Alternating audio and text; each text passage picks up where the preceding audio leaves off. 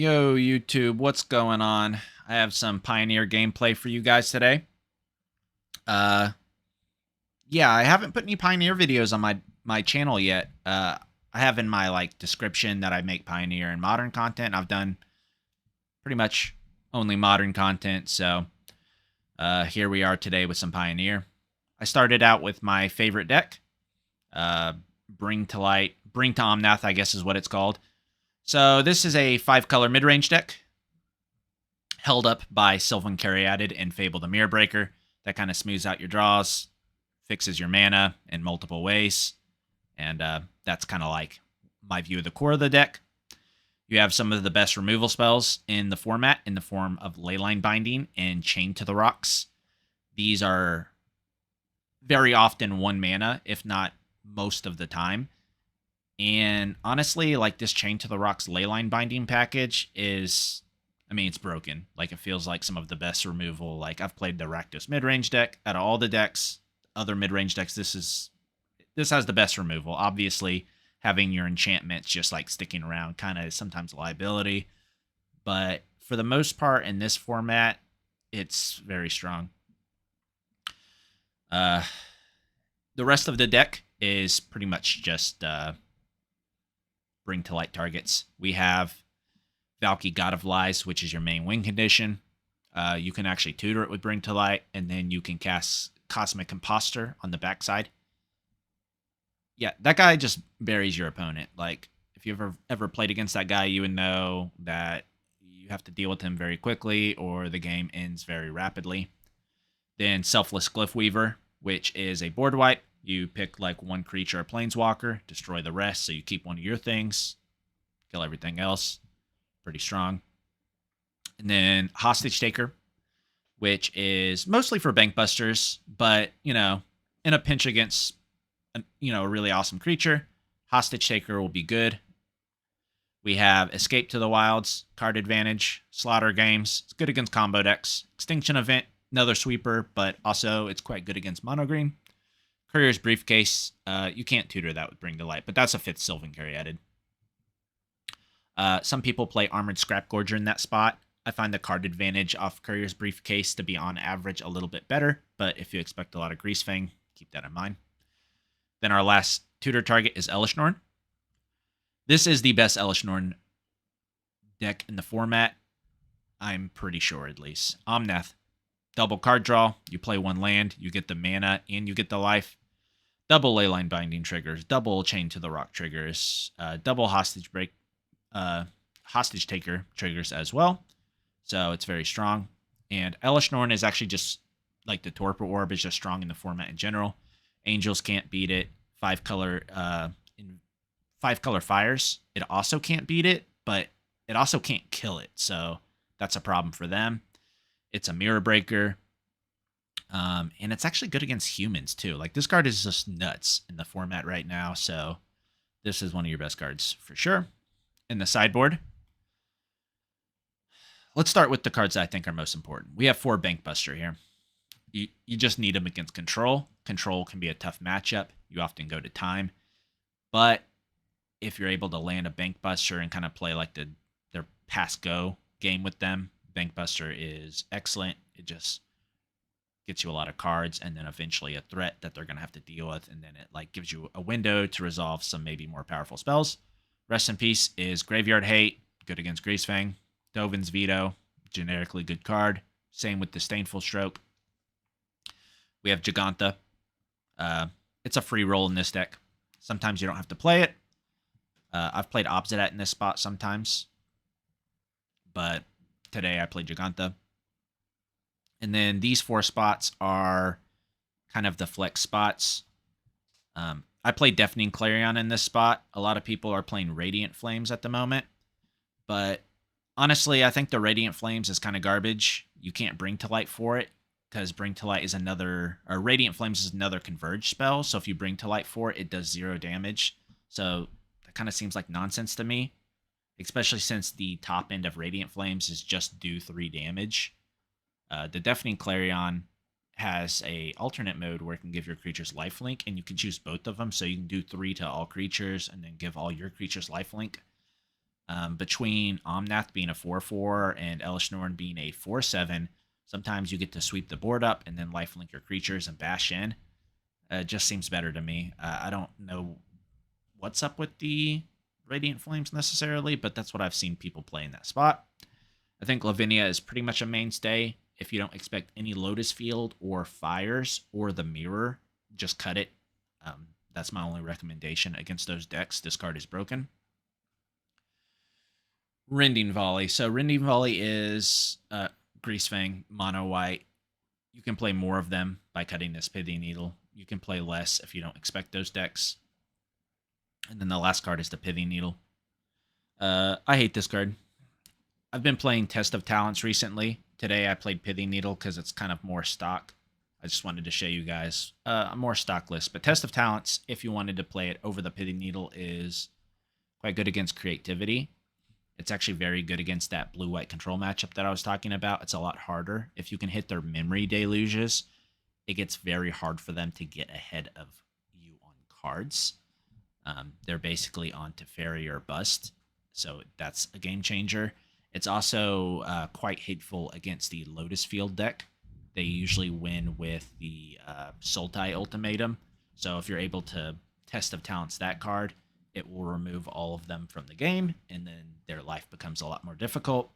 So Test of Talents, if you haven't seen that card in Pioneer yet, you should probably try it in your sideboard if you can cast it, because I've had quite a good time with it. And as far as the deck goes, I think that's it. I will see you guys in round 1.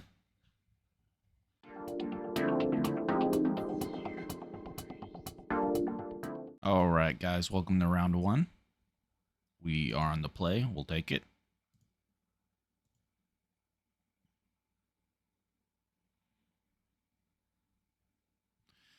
I usually play with my companion window popped out like this, so I don't forget about it, but I'm going to try not to, just to give y'all some more screen room.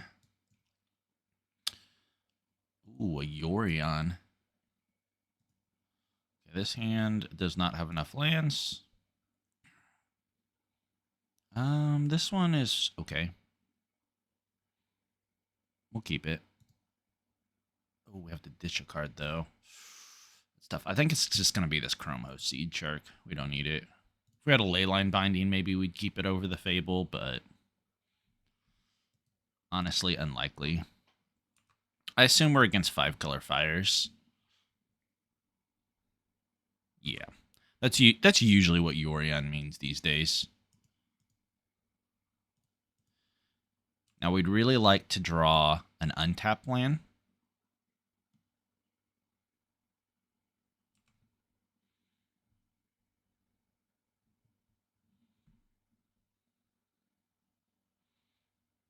I'm not really sure what the 5-color mid-range deck is playing these days. I assume it's just like a bunch of crap, right? Like just a bunch of like mid-range stuff.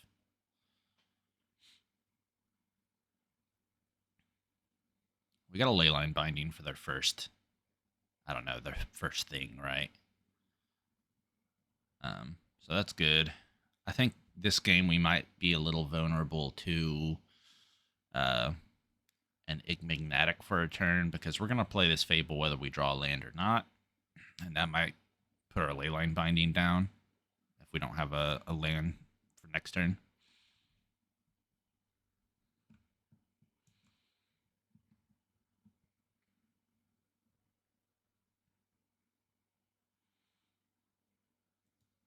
Moonbless Cleric, okay.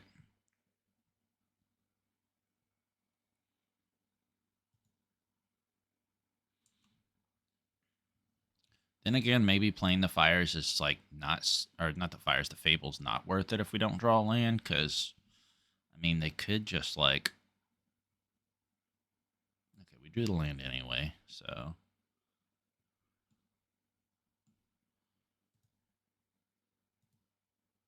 Doesn't matter. Thought about it too much. I was hoping they'd get Enigmatic so they could, we could get it before they could get a trigger off, but looks like they're going to get one free spell off their fires.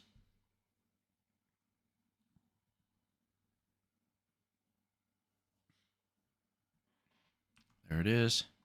Hopefully they attack before they cast a spell, but I doubt they make that mistake. Okay. One of these is worse than the other, and I think the worst one is actually the Igmignatic. So we're going to go ahead and deal with that.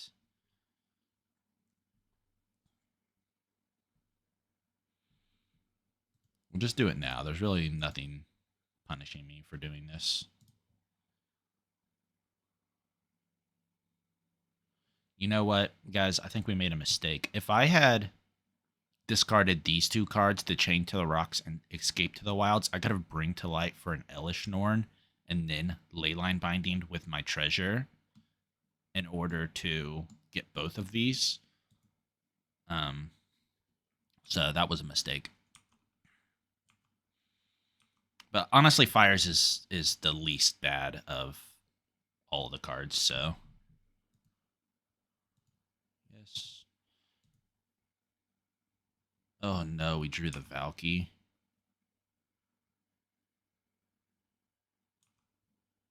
That is pretty punishing.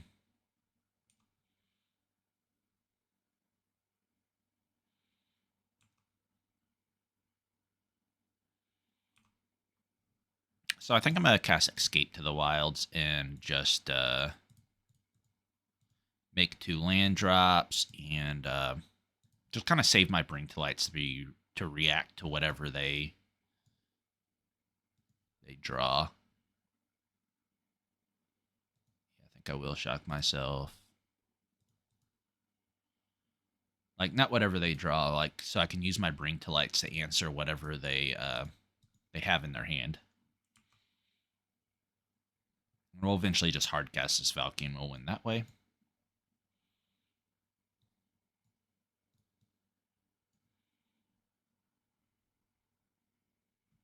So let's see what happens. This is a scary card. Of course, if they play double creature, we can make the Elesh Norn Chain to the Rocks play. I'll probably go get an Elesh Norn no matter what next turn. The reason for that is a lot of their cards have ETBs. So, in fact, I would say most of the good ones do. Uh-oh. Is this a scary card? It is not.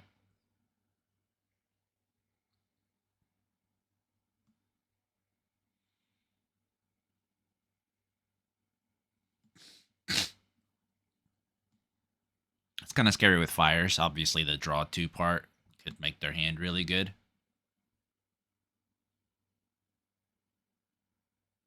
Okay, so it looks like they're just going to put a Yorion into play. But I kind of think that this Elesh Norn we're about to go get is going to be pretty brutal.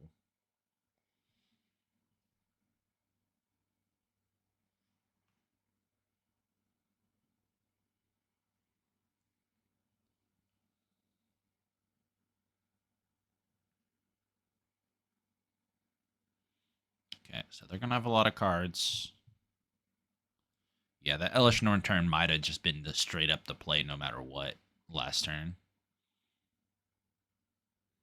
It's been a while since I've played against this deck, but it's coming back to me. All of these cards are... Elesh Norn is really powerful against this deck. So, in theory, our opponent wasn't able to do any of this turn. Kind of sucks we're going to give up on our Fable here, but I think that's okay.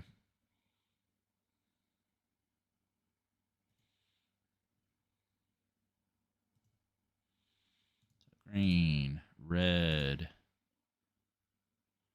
blue, black, white.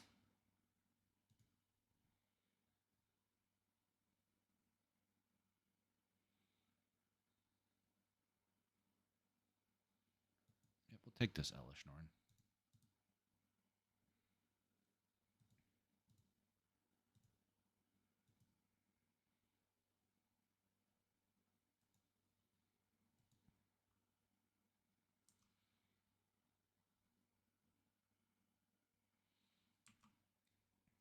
All right, let's see what they can do with this Elesh Norn out. I'm sure they have ways to deal with this card, but Maybe not right away at the very least. They did just draw back up to 7 cards.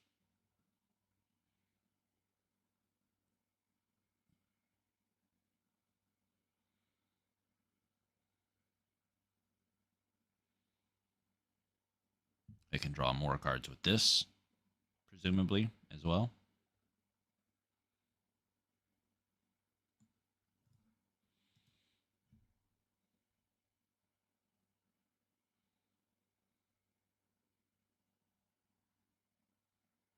Okay, that does not do anything, but they can haste a creature. So if they have like a Kinrith is still pretty good here.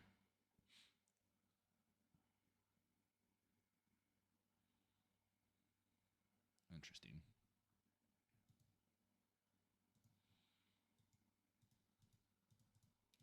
We're just gonna main face this Valki. Fine. I don't know what our opponent could have. I don't know if they have some sort of way to like flash in something to block this. I mean, I seriously doubt it. But at the same time, it's kind of one of those things like, why would I? Like, I'll definitely attack with the reflections just to see what's up. My thing is I think that my reflections is going to die here soon anyways. This does 2 damage to a creature.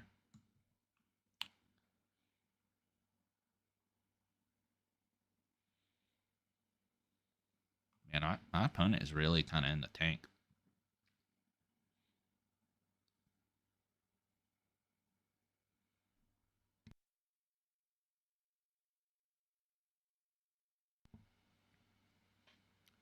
Okay. Let's not attack with that. I'm always afraid of weird stuff. Like, I'm afraid that they're just like, I don't know, playing like a Settle the Wreckage. Actually, it doesn't matter because Fire says you can only cast spells on your turn, right? Yeah. Okay. That might have been a reason to attack there. Shark Tornado would not get there. Not that I think they're playing that card, but maybe they are. I don't know.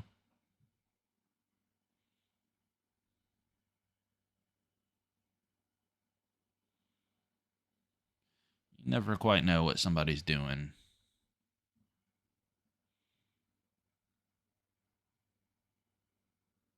Maybe they're on all lands and they just have nothing to cast. That would be weird.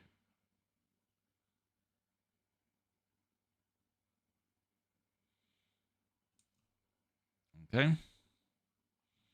We were kind of expecting that one.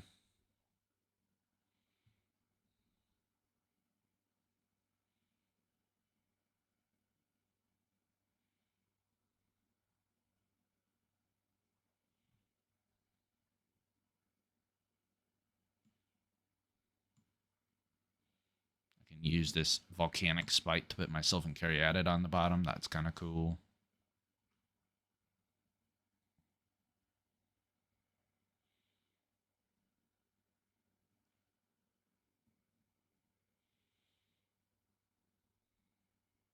I assume this is kind of a grindy matchup and my opponent is just wasting time. Okay. Excellent. So Elesh Norn is that good. Good to know. Lavinia seems decent.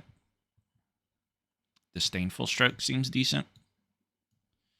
And Dovin's Veto seems like it could be alright. Do we want anything like Bankbuster? Question is Slaughter Games good against this deck? Could be. What would I Slaughter Games? If I can get Fires, I would. But at the same time, they're kind of like a dorky mid-range deck at the same time. That's kind of what's going on here. I assume they play Fable as well. I think Extinction Event can be cut.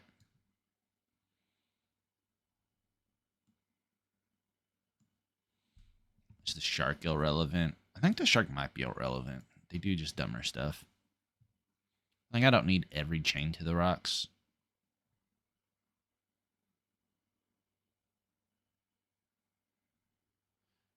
Yeah, I've decided I think this slaughter games is not good. Like we could name fires, we could name Igmagnetic, but it's just like whatever.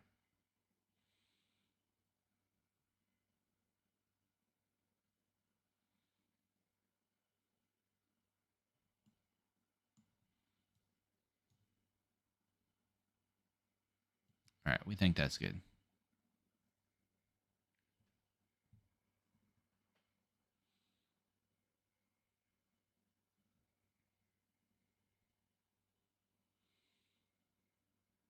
Now, I don't think our deck beats their fastest draw, but like a normal draw where we just play Bring to Light, I think we're gonna be faster than them. Like we just have to get to 5 mana. They have to like symbol like some pieces. Like they need fires plus something to do, or Igmagnetic plus Leyline Binding. They're like a 2-card combo deck where we're like a 1-card combo deck. Like in this matchup, right? Like we're not a combo deck, but like Bring to Light Elesh Norn, like we saw how good it was there. It's going to be hard for them to deal with that. So that's kind of like our combo in this particular matchup. We will declare our Jegantha. This hand needs help, but I'll keep it.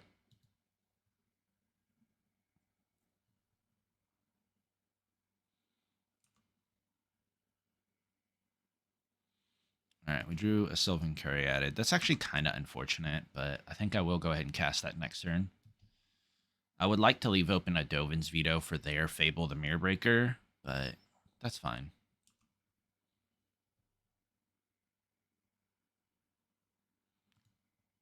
I'm going to shock myself.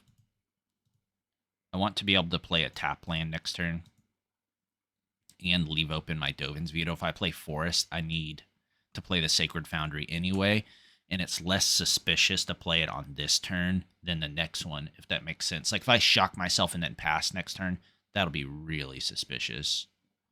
There's just no reason to do that. Oh, we're so lucky. We are so lucky. Okay, we're going to play this Raffine's Tower. And then we're just going to pass. We're going to plan on cycling our Jetmir Garden, but we'll veto something, you know, good, right? So let's see what they got.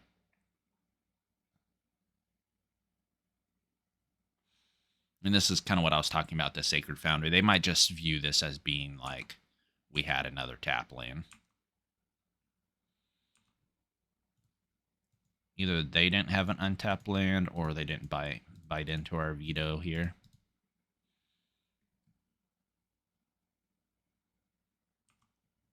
We got an Omnath.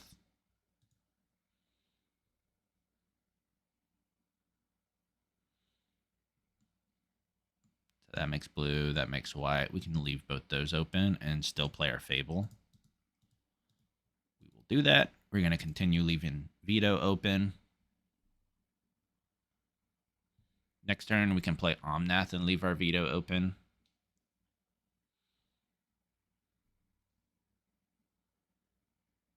I assume they have their own kind of counter magic. It might be weird from that deck because they have fires, and obviously fires is terrible with counter magic, but might just be kind of a necessary evil for them.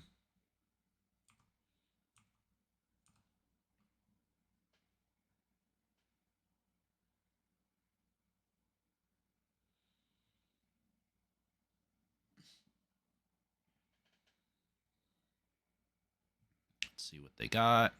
Yes.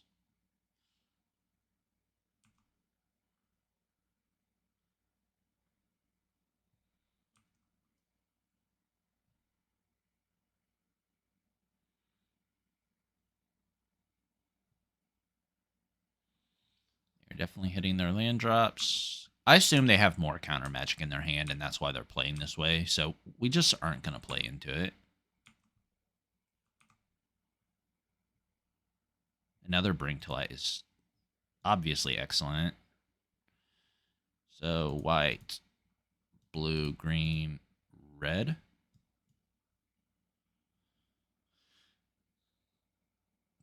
don't really want to go get a plains, but I will if I have to. Yeah, that's fine. So they have lots of counter magic. Good to know. Pretty soon I'll start to be able to just cast Bring to Lights and leave open counter spells. I assume they don't have much left in terms of counter magic, but maybe I'm wrong.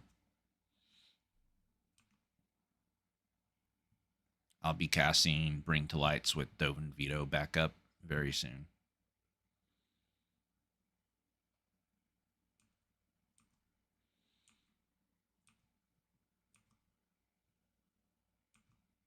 We're just going to leave this uncracked.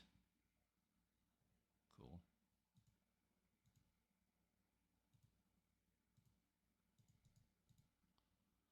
Now, if this draws up plains, it kind of screws us because we can't leave our Dovin's Veto up. It might not even resolve. It does not. Wow, they have a lot of counter spells. Jeez. Okay. Got it, boss.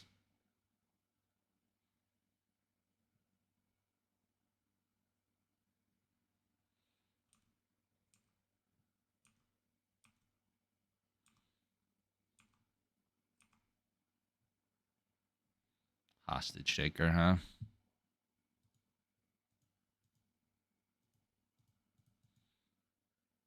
He's going to play this guy.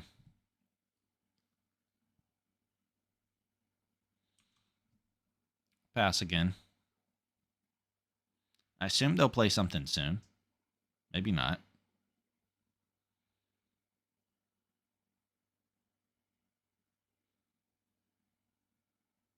Okay. So this play indicates to us we need to start going for stuff because they're just going to keep doing this. We can't let that happen. Like, we can't let them just go counterspell, counterspell, counterspell, draw two, counterspell, draw two. Like, they're basically just playing control at that point. Yorion, okay.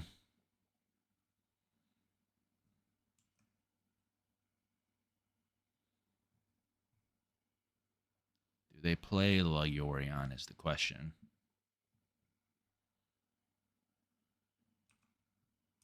Man, I can't believe they're just mono counterspells.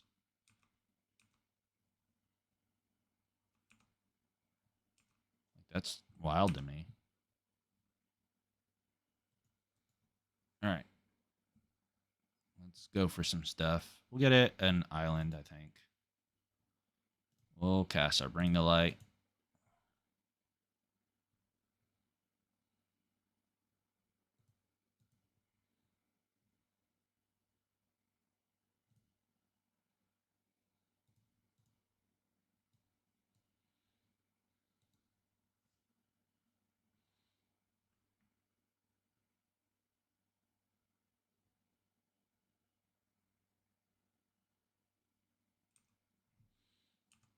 Okay, I find that acceptable.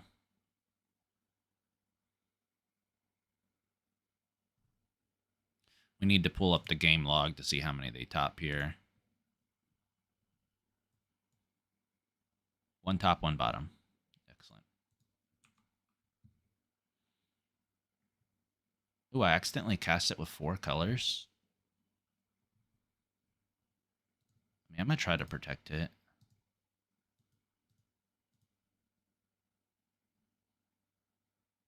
I did not realize I cast it with 4 colors.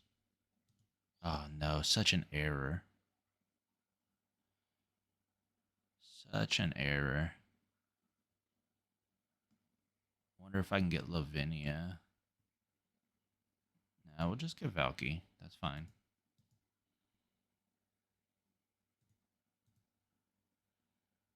We'll get some card advantage here. And we'll pass. We know that they're likely out of counter magic unless they tapped out a white and didn't have their veto.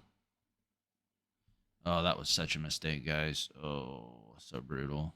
Like, if I got Elesh in there, right? Like, it's so good. Now they can, at the very least, this turn, cast their Yorion and, like, rebuy all this stuff.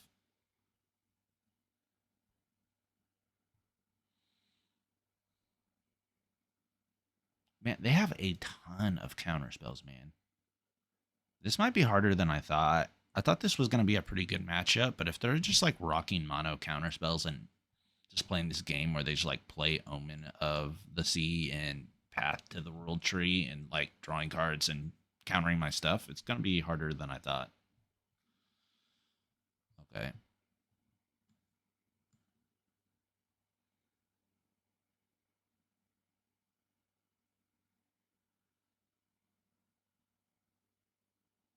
Yeah, I believe that we're getting just max punished for our mistake. See what happens.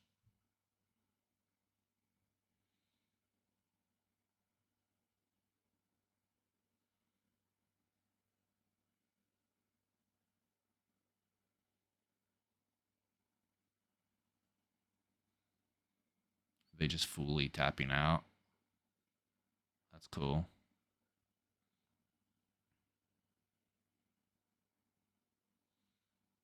I am A-okay with that. They have nothing to sack because they did not leave any of their enchantments behind. I don't know why they did that. I mean, I would have left like the World Tree behind or something. Just flicker the Omen. You didn't need to go get another. I assume you don't need any more basics. You know what I mean? Oh, okay. Okay. No. That works. They can do it like that. Nice.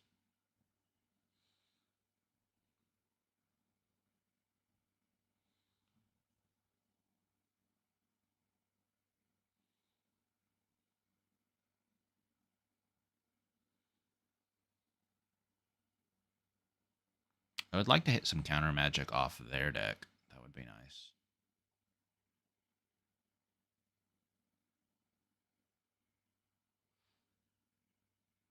They shouldn't be able to go get anything that's like that matters, if that makes sense. I don't really have anything in play that they can mess with.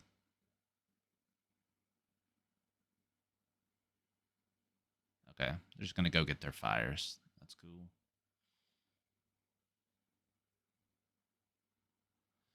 That's cool, man. They're gonna try to make their Agent of Treachery play, I believe.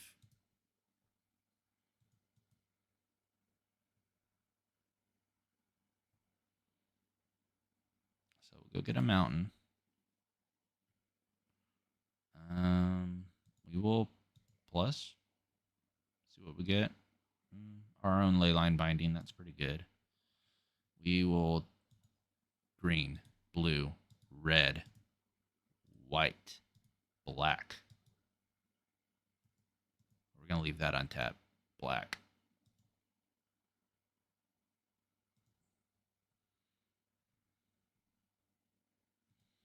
There's an Elesh Norn. We're going to cast it. Okay. Wow. It is that devastating against their deck. Okay, we made that hard on ourselves, but no harm, no foul. I'll see you guys in round 2.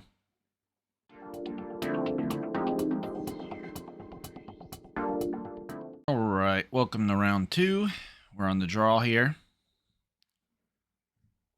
Waiting for our opponent to decide if they would like to go first. Looks like they decided. All right, what do we got? Okay, so we're on the draw. We're playing against another Yorion. That's not surprising because I'm in a Moto League, and I believe actually, this current weekend, we're getting the first rounds of challenge results, and Fires of Invention did really well over the weekend. Like, it put a lot of copies into top 8 and a lot of near top 8s. So, not surprised to see people just picking up this deck and trying it. So, I think I'm going to keep this hand, partially because we have the Elesh Norn. We're on the draw. Obviously, this hand needs help. We need lands. But we play 27 lands in this deck, so sometimes you just got to draw your lands. I prioritize hands with mana guys very heavily in this hand, or in this deck.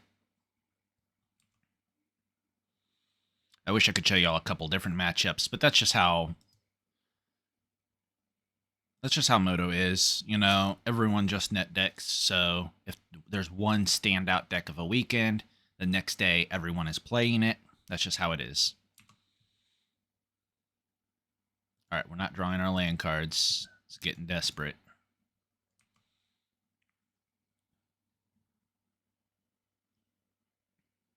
This is a risk we were prepared for. I guess on the good side, like if we do draw, like let's say a Triome here, which we did not.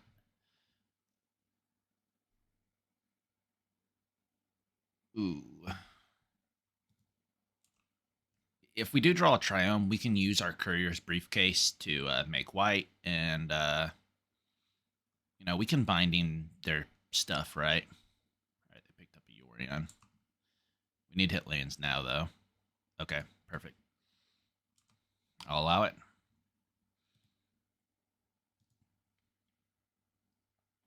Now this is going to be a rough turn for sure. We don't want to use this treasure, but we will if we have to. And it looks like we don't have to, so I'm just not going to.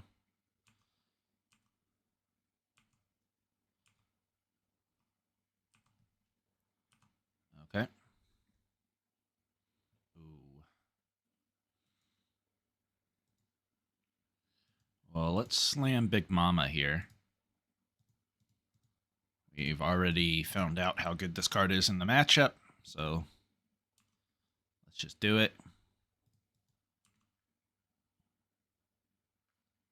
And now we can only use one Leyline Binding a turn, but we can, you know, Leyline Binding two things, so they're going to have a hard time keeping up if they're just going to try to play out creatures as, like, beat sticks.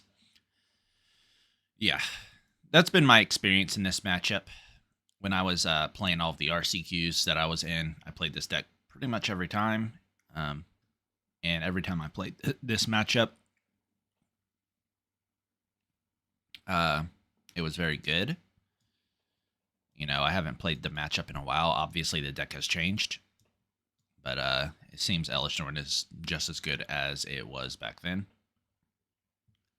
You know, it's been a while since I've played the matchup. I kind of felt as if maybe, like, I don't know. I felt like maybe they should have adjusted by now. Like, found a way to deal with Elesh Norn being in play. You know, like they have, I don't know. I guess it's just tough.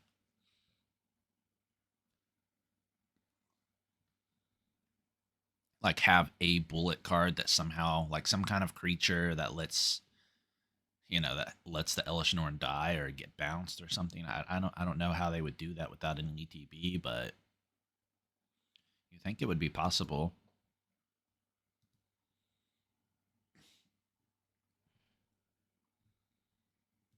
All right, we'll declare a Jegantha. Run the draw again. Oh, this hand is this hand is interesting.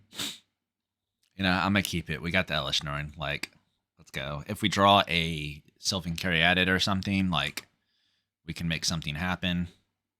Now we drew a Leyline Binding though. That's not nothing. That can stall them for a turn while we're trying to get the Elesh Norn in play. So that's actually quite excellent. Now, what we don't want to see is a Fable the Mirror Breaker. Okay, that might change everything. So we'll shock.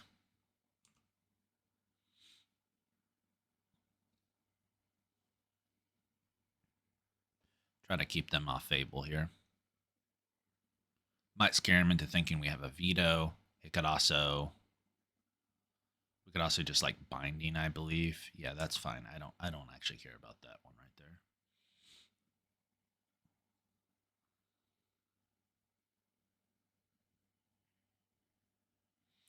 Oh, so we drew an actual veto.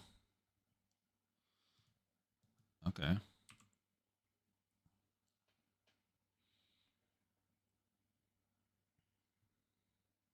They might have sniffed it out, though. Yep, they did.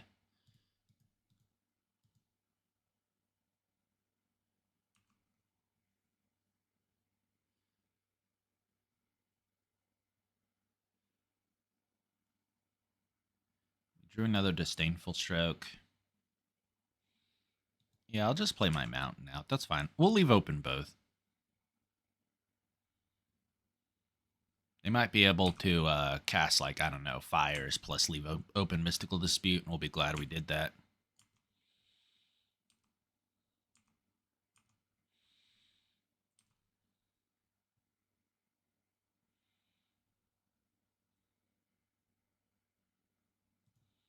Yeah, we're not going to let that happen either. I know we're about to play an Elesh Norn, so it seems kind of silly, but I just don't want to risk it. Alright, let's get her into play. So their deck is slightly different. I don't believe our opponent was playing that last time, but maybe they were. I mean, they have a lot of enchantments. This might just be one of their bullets and we didn't see it. Obviously, I am not blocking. I don't know why they're making that attack, but maybe they just think that I'm too scared to get rid of it, which I am, so fair enough.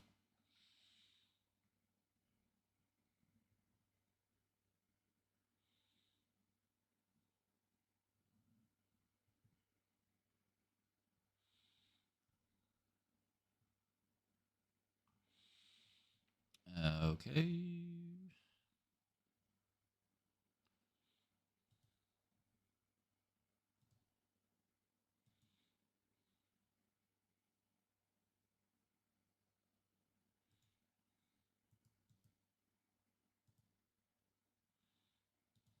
Oh, we don't have...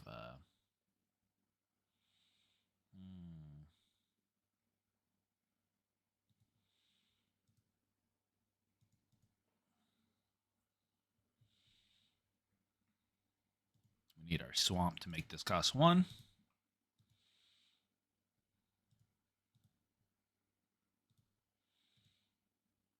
It might be right to get their threat here, but...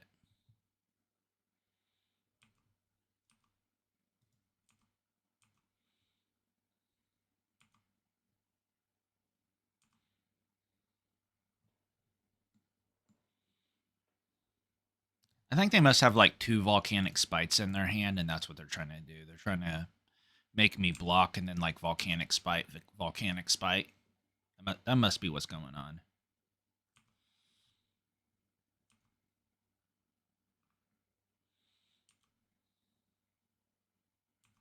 Still not blocking.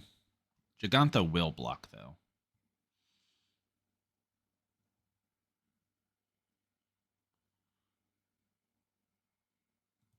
Nope, Kenrith can't happen.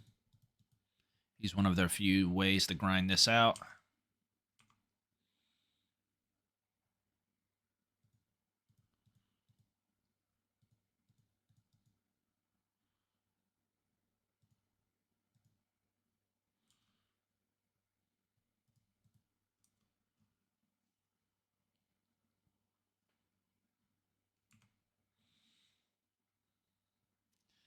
We'll be blocking this time.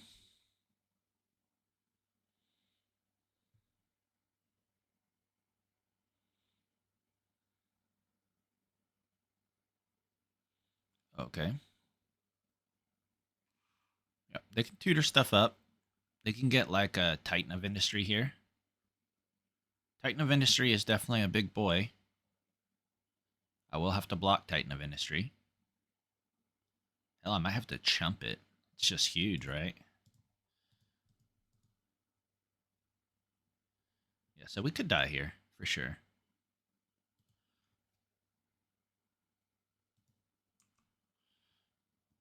That's okay, because we'll be on the play.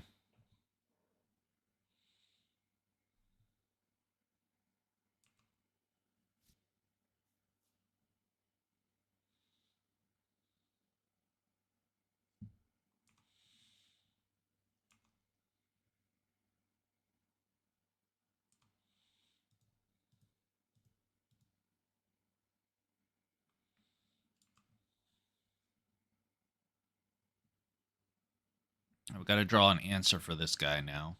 Technically, can chump block it with our Elesh Norn 1 turn. Oh, they had a Fry. Good move, opponent. Oh, and they're going to go get a Knight of Autumn to kill our Leyline Binding. Yeah, it's looking grim.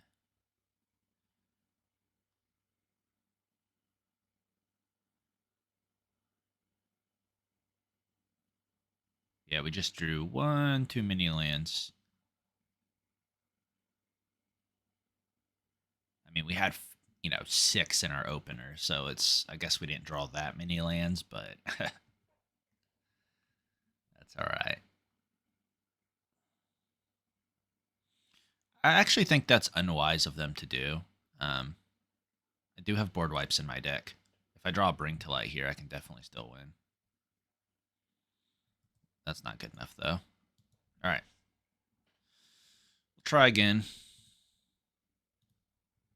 Obviously, we kept a pretty sketchy hand. Has anything changed? Do we want this hostage taker now?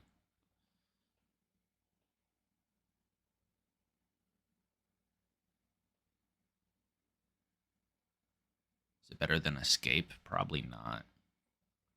It might be better than this Chrome Host Seedshark. So let's do that.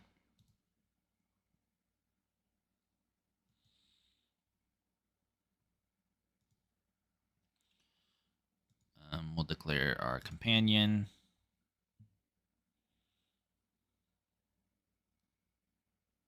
His hand is not very good.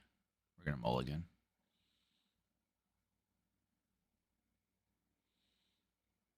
This hand is pretty good, but obviously we're in kind of the same spot. We need some help. We just need to decide what we want to get off this Fabled Passage, and it might be an island for the hostage taker.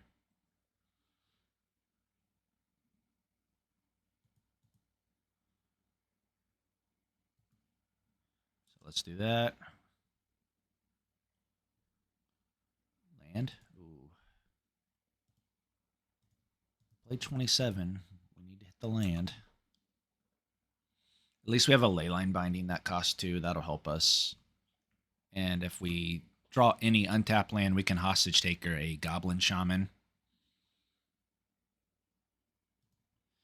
I think we should buy this now. We're not going to get another... Well... Yeah, we're not... It's definitely rough. Yeah, let's just buy it. It might not be that impactful. I'm kind of worried about a Fable, but do I really want to blow my Leyline Binding on like a Goblin Shaman or the Saga itself? Probably not. Yeah, unfortunate. But we got a lot of Bring Delights. That's something that's positive.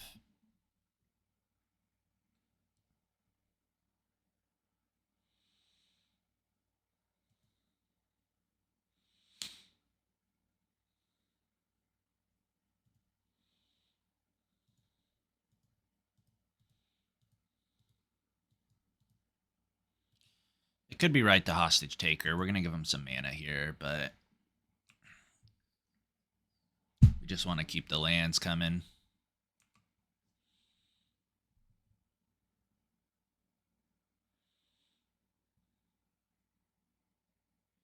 Like, the worst case scenario here is they attack, they make a, I don't know, a treasure, and then they play a land, and then they go Enigmatic Leyline Binding. That's the worst thing that can happen here.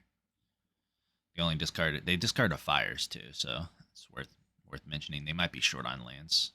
I don't know. It kind of seems like a short on lands play. Like it's called 5-color Fires of Inventions, and you just discarded Fires of Invention. Okay, well, they had a land. Or they drew into one at least. Let's see what else they got. It's going to be is this the worst case scenario that I was talking about? Enigmatic into... No, just... Okay, they had 2 fires. Okay. Okay. Okay.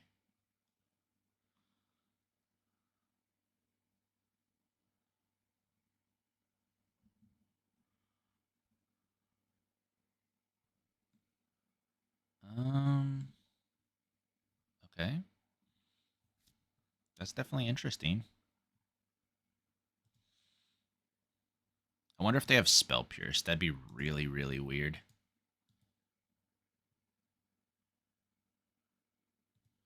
Red, green. We got to make sure we do it for 5. So we have white, blue, black, red, green. Yeah, this is a close game. We can't afford to just we can't afford to like mess this one up. Now, if they have an answer, they have an answer, and there's just nothing I can do about it. But I think this is the best play. It allows me to do the most, obviously. I can just like steal all their crap.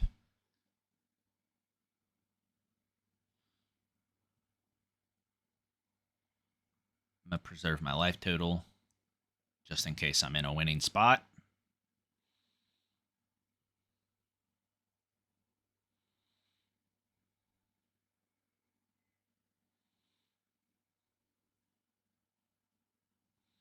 Okay, they have their own Elesh Norn.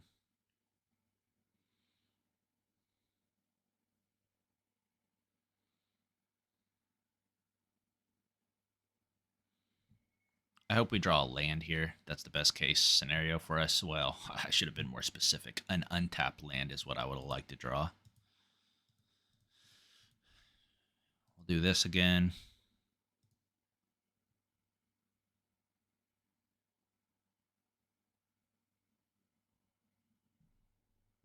We actually have answers to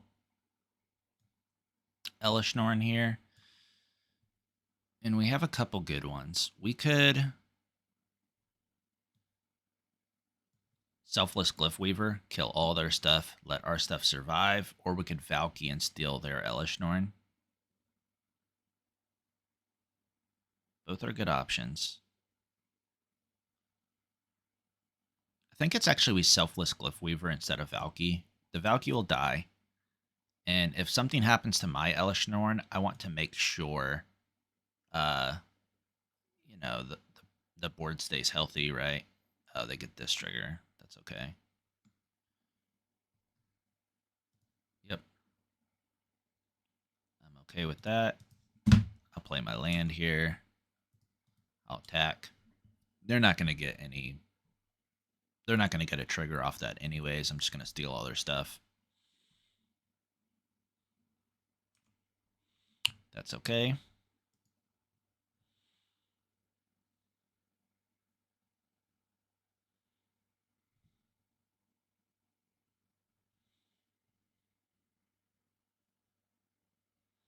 That's cool. I assume they're making the same play of just getting something massive. Okay.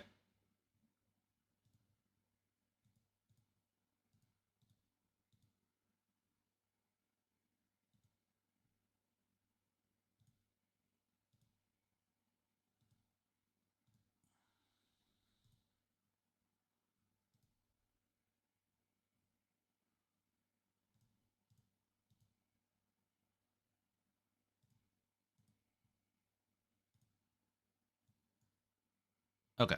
Yeah, they just... The writing was on the wall. Elesh Norn is too good. They don't have any clear answers to this card, and we have a lot of... Well, I'm not going to say good ones, but we have a lot of... We have them, is the point. We have answers, and they don't. That's what this matchup comes down to. Elesh Norn is king in these 5-color decks. So it's not surprising that the one with a more consistent line to tutoring answers is the deck that comes out ahead. All right, that was still a close one though, and I guess I'll see you guys in round 3.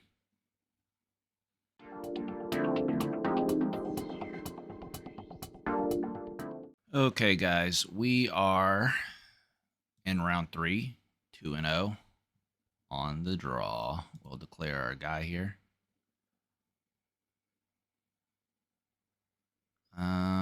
This hand is excellent, so I'm gonna keep it.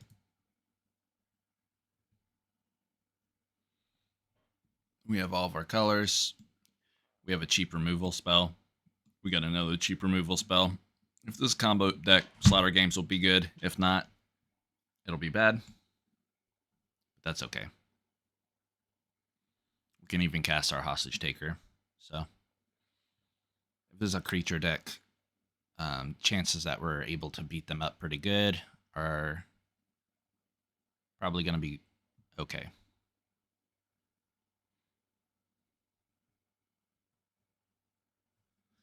Looks like there's a good chance we're playing against a creature deck with Den of the Bugbear. This could also just be Rakdos midrange, but I like our chances against Rakdos midrange.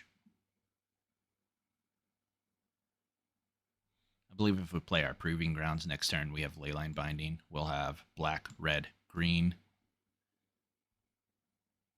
blue, white. Yep.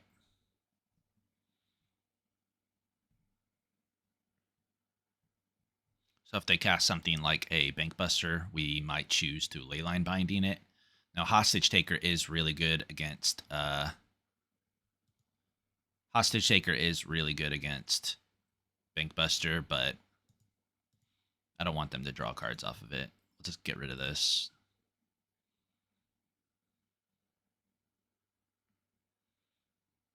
It's fine. We don't need a slaughter games. I would say overall this is a pretty good matchup. Like, we just go way over the top of them. It's kind of a matter of surviving. Like, if they get kind of aggressive with you,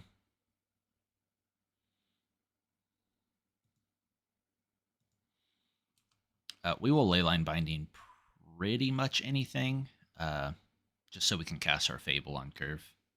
That puts them in a weird spot to where they have to, like, it just puts them in a weird spot to where they have to decide if they want to use their turn killing a Goblin Shaman or not. Yeah, I'm okay with that.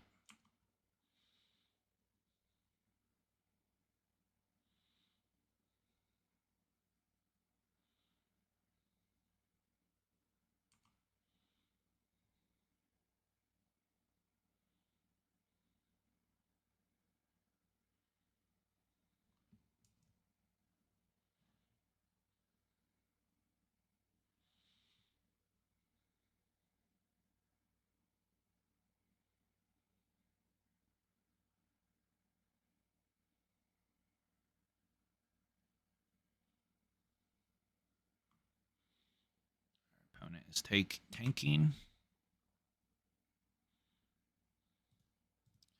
Go ahead and cast this Leyline Binding. I want to hit the Fable itself. I don't want my opponent to be able to fix their hand. I'm going to go ahead and get rid of the Shaman. I know I said I was going to play Fable, but this will be okay.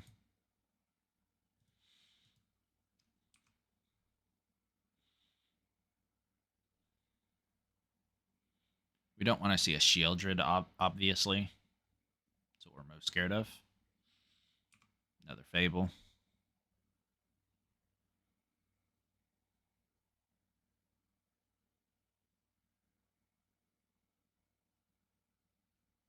So we'll just start running out our own Fables. Obviously, the first one's going to get Fatal pushed. That's okay.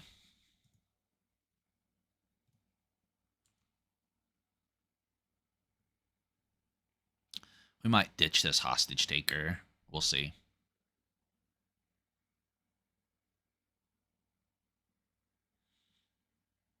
They're running low on cards. We still have plenty. I imagine they should want to max ditch for the Kroxa. They do. Ooh, I would not have gotten rid of a Graveyard Trespasser here, especially when you're down a card. Thought Seize, that's fine. It's just going to take my Fable. We don't care about that. Oh, it took my Hostage Taker. That's wild. I guess it's so good against Kroxa. That's alright, though.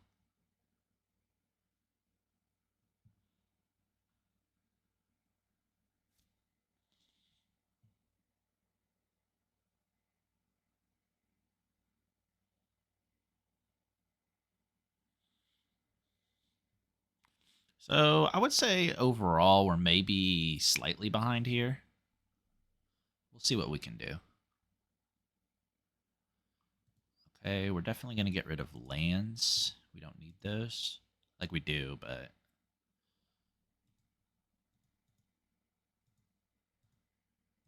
We'll leave our white mana open.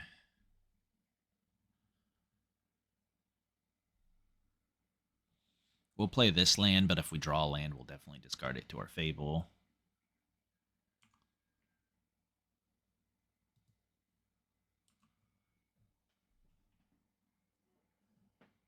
We're going to be top decking soon here anyways because the Kroxa is coming down. So this Fable's probably gone anyways. I just need that land for Bring to Light. And unfortunately, my Bring to Light is extremely likely to need to get a sweeper to deal with Kroxa, Reflections, Shaman, business.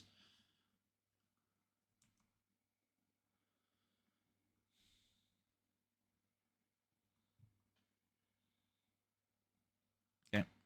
They've officially grinded us out. We're just kind of in a spot where we have to draw our namesake card. I'm going to go and get an island. Get some F6 value here. Yep, there we go.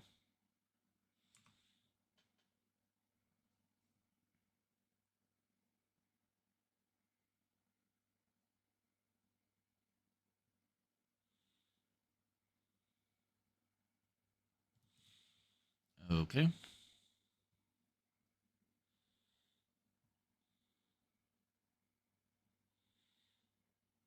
Ooh, a Chain to the Rocks is not bad, though.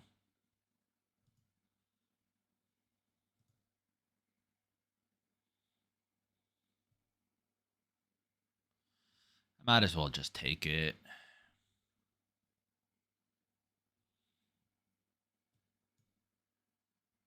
Get rid of the Kroxa. That's killing us the fastest, obviously. We'll pick up our Jegantha. We'll try to stabilize that way, and then if we draw Bring to Light, our Bring to Light can be a lot better. It can be like a, I don't know. Maybe the board will be stable enough for a Valki.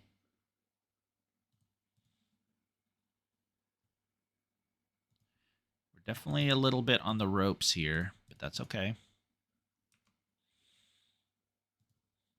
We're almost even.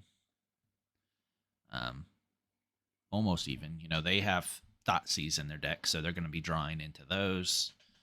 You know, maybe some removal spells or fatal pushes, and I'm going to be drawing into Bring to Light and Omnaths. So it's kind of a top deck war. It can go either way from here. Like I said, they are slightly ahead, but our draws are way better. We've just gone up a card. They're going to have to deal with that. And we just have, in general, really strong draws in our deck. So I do like the spot we're in. Ooh, another Kroxa. Okay.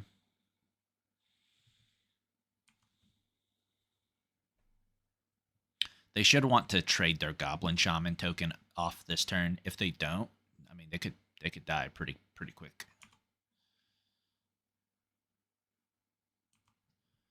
I will take the trade. Maybe it's kind of sketchy, but like I said, I truly believe if we're even, I'm winning.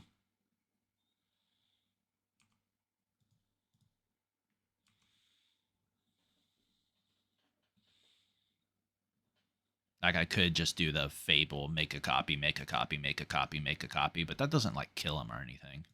Yeah, there we go. That's what we're talking about. If we are even, I am ahead.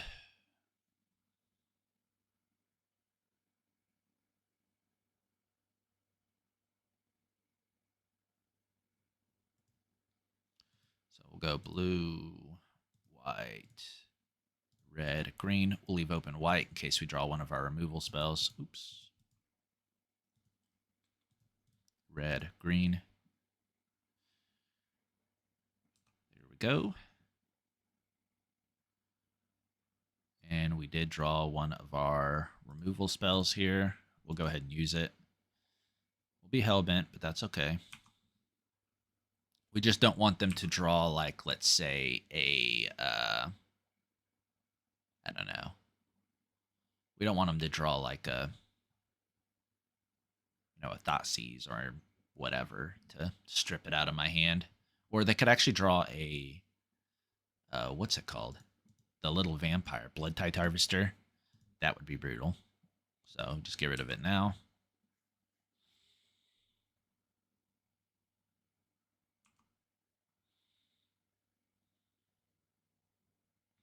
I'm going to attack with all my creatures. I understand that they have a Den of the Bugbear. If they want to trade that off for the back half of my Fable. That's fine. I've traded with this card already, so it's gotten its value. I don't have a lot of good targets for it like their deck does.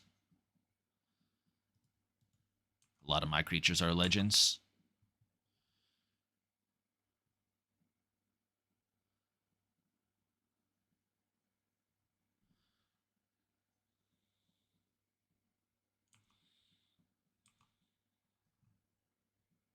I'd much rather them be doing this than attacking me with this Den of the Bugbear, that's for sure. Yep. That's okay. They're still pretty far away from Kroxa. It doesn't really matter. I think I will save it. Could be wrong. I might should just run it out, but you know, they haven't shown us a removal spell yet, so it's a matter of time before they, you know, power word kill this thing, right? Now this is a huge punish if I get Thought Seized, but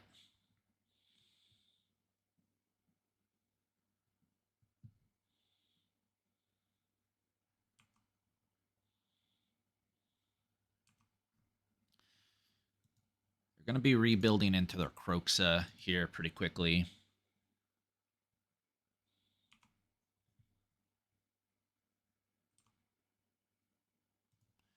We're going to go ahead and cast our Shark. Good old flying blocker. Now that's a premier threat. So now all of my non-creatures will incubate X. And so basically turns all of my spells into a Fable, right? Like I get the effect from my non-creature, but I also get a creature. So little 2-for-1 action. It's going to be excellent. Looks like Kroxa is coming down as early as next turn.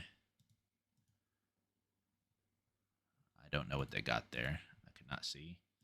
Let's go to the old game log. Okay, they return Kroxa. Why? Why return Kroxa? That's really weird. You could have just escaped Kroxa, am I wrong? Okay. I mean, I take it. I'll definitely take it. I would have just brought back Bone Crusher Giant. And then escape my Kroxa. Okay. They're going to need to chump block now. They want to live.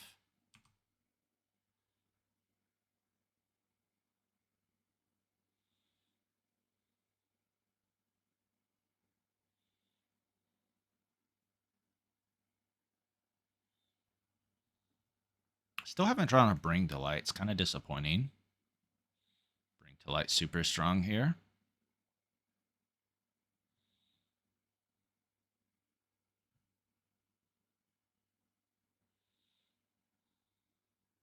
I'm probably going to go ahead and play the Sylvan Caryatid. If I don't, I'll lose it to Kroxa. My other option is to keep it into hand and avoid the lose 3, but this is hexproof. They can't kill it, so I can chump block it and save 6 instead.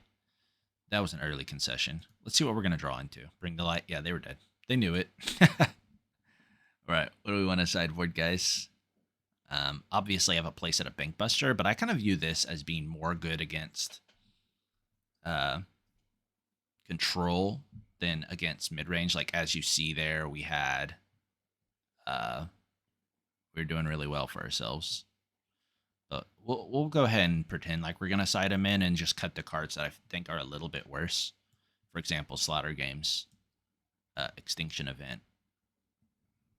This Shark might not be as good. It's kind of slow and dirtily. We're already kind of slow and dirtily. Hostage Shaker's great. They have their own Bank Busters.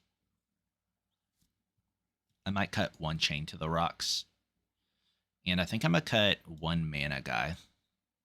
Now, I've thought about this question for a long time, but do I cut Courier's Briefcase or do I go down to 3 Sylvan Caryatids?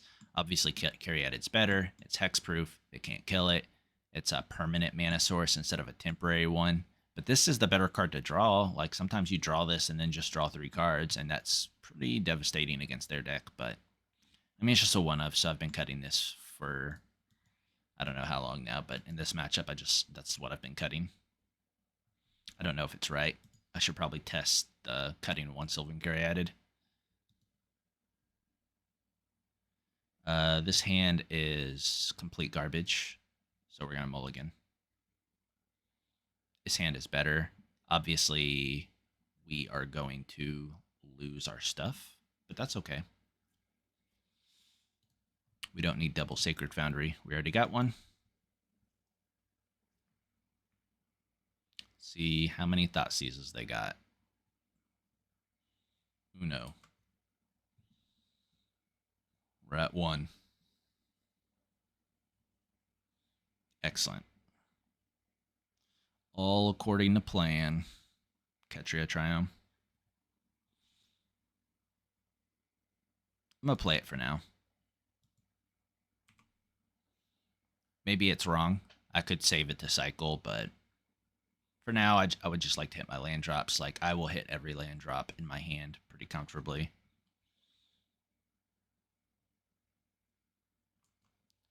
Two Thought Seizes. Awesome, man. Awesome. I'm going to shock myself. Just to leave open Leyline Binding. We'll see what they got here. Like, if they play a Liliana, I might want a Leyline Binding that.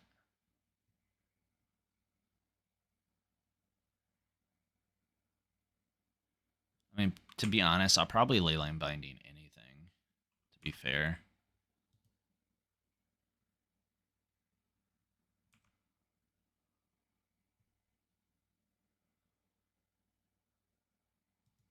Man, this sucks. They're way better at drawing their fables here.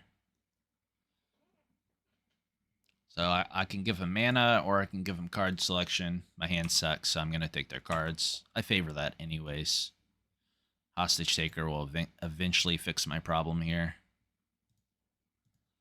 So they're going to get 1 treasure at the very least. I will cast my Hostage Taker next turn. Oh, I cannot cast my Hostage Taker. It's a dead card. Okay, so it's even worse than that. Yeah, I know what I'm doing. It's fine. So we still need to draw an answer for this guy. Okay. It's pretty sad for me.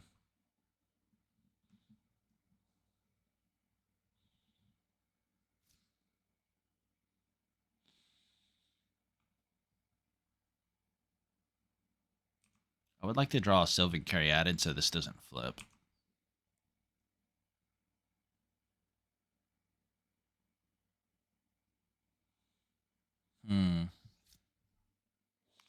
Well, looks like it's going to flip. There's not much I can do about it. We're going to take quite the beating.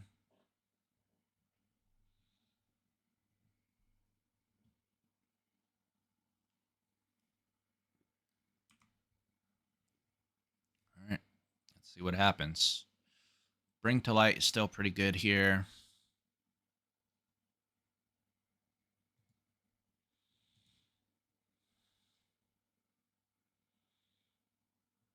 Jegantha should be able to get in the way of some of this stuff. Maybe not, though. They'll probably just kill it, right? Yep.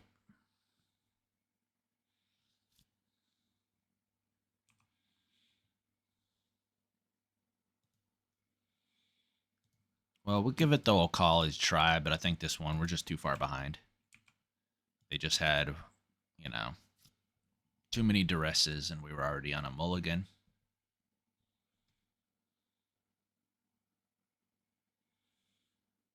Okay.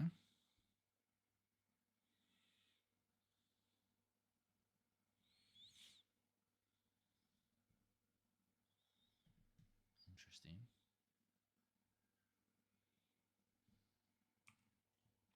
I wonder if they attack with the Blood Tithe Harvester.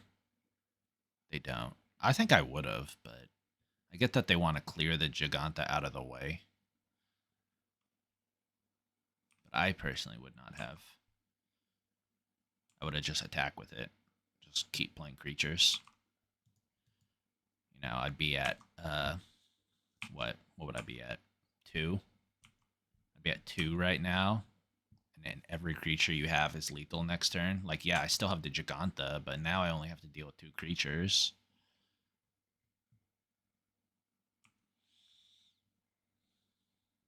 Would they discard a Blood Crypt?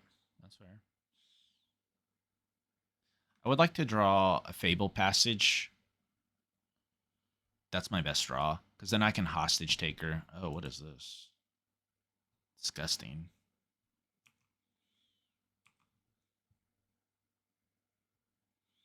All right, let's cycle this bad boy. See what we get. Yeah, we died. Excellent.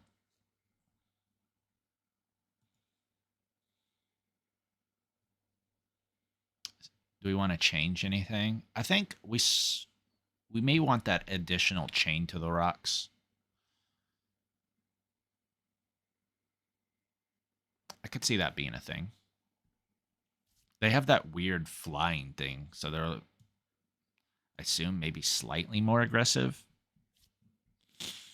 than originally intended. We're going to cut a Bankbuster.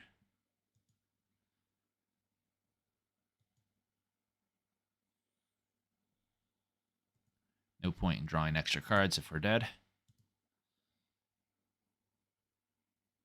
Sand is kind of garbage, my man. Ugh.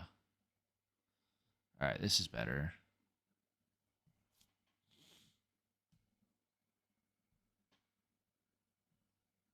I think I'm actually going to discard the Leyline Binding.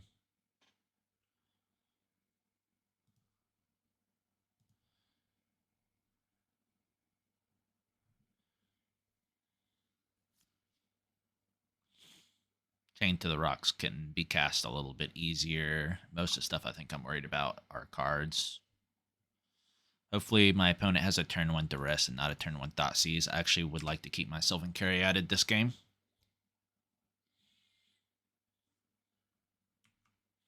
But we'll see. They always seem to got it.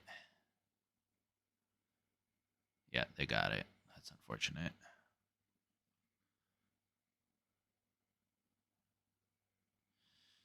Yep. Very annoying.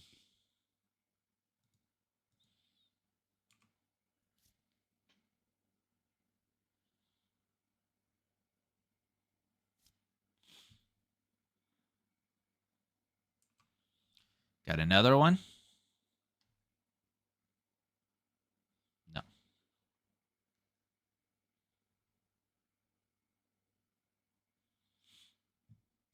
Alright, we get the double spell this turn. I like that.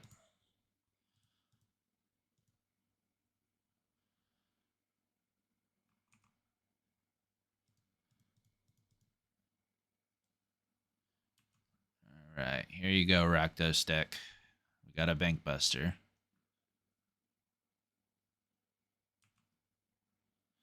What are you going to do about it?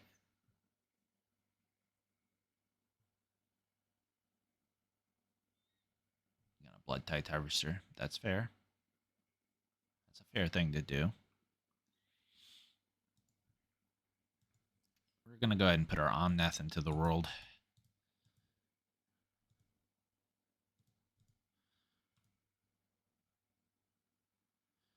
If they kill it with their Blood Tithe Harvester, I'm more than okay with that. Next turn, we're going to be able to activate our Bankbuster and then pick up Jegantha if we have nothing to do. I don't know if we'll do it in that order. We might pick up Jegantha and then pass with the Bankbuster open. Because if I draw something good that I can't necessarily cast, I don't want it to get Thoughtseized, obviously. Shieldred is the worst possible. Of course. Not to be a salty player, but I would like to draw Bring to Light eventually. It's worth mentioning that we have not drawn Bring to Light once this game. And it goes without saying that if you don't draw Bring to Light in a 3-game match, in your Bring to Light deck, you're probably not going to win.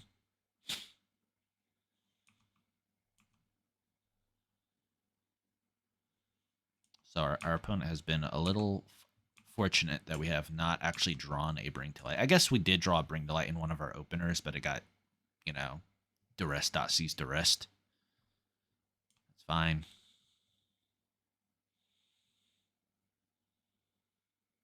Yeah, it's looking pretty bad for us, guys. I think we're going to die.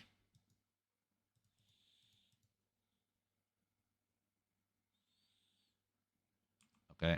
Can I draw Bring to Light, please?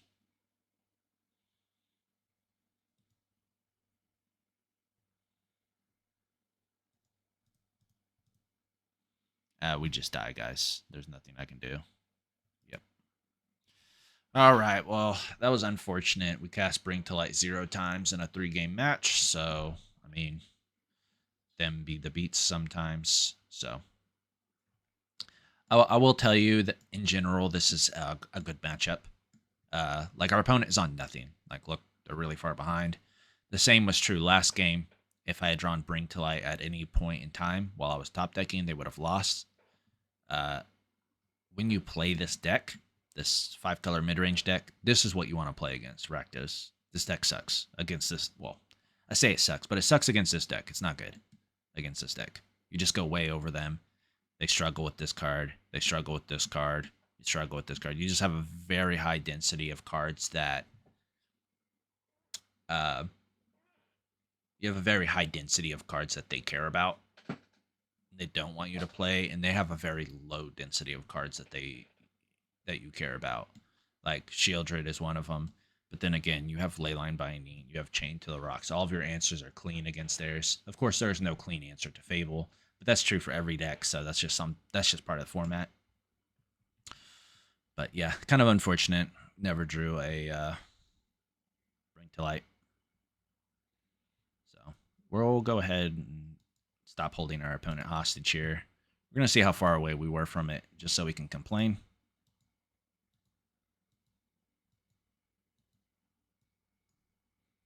Hold on, hold on.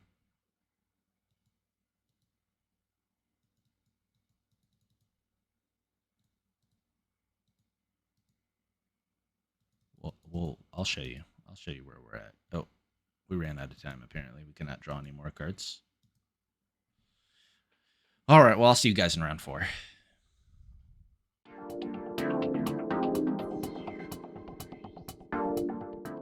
All right, guys, we are in round 4. We are 2-1. We're on the draw again. Can't remember. I feel like we've been on the draw more often than we've been on the play, but that's how it is, I suppose, sometimes.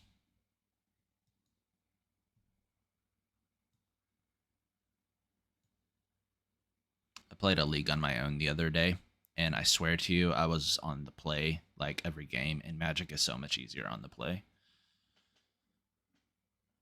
Like, obviously, I'm recording a video right now, so I want things to go well for me. I guess it's probably better to show you guys, like, when things aren't going good, what the deck looks like, but...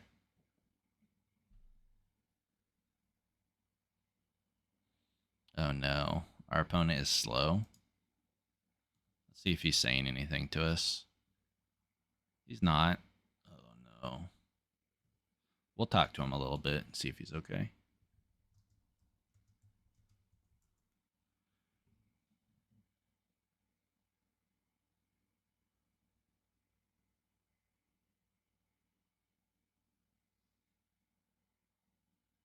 Opponent.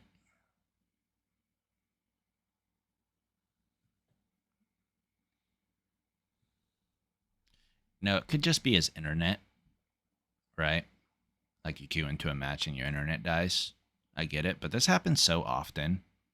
Like you queue into a match right away and they're just sitting there deciding whether they want to play first or not. It'd be understandable if you could already see your hand, but you can't.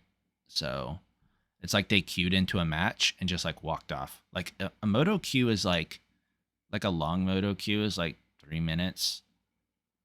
Like, so do you just like walk off for 3 minutes and just come back 3 minutes later? Like, I mean, if you're busy, just don't queue in, right?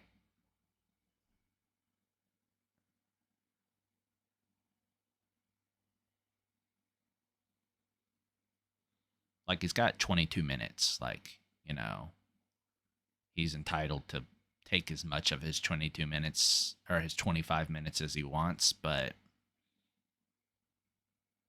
I don't know. It just feels kind of rude to your opponent to just like,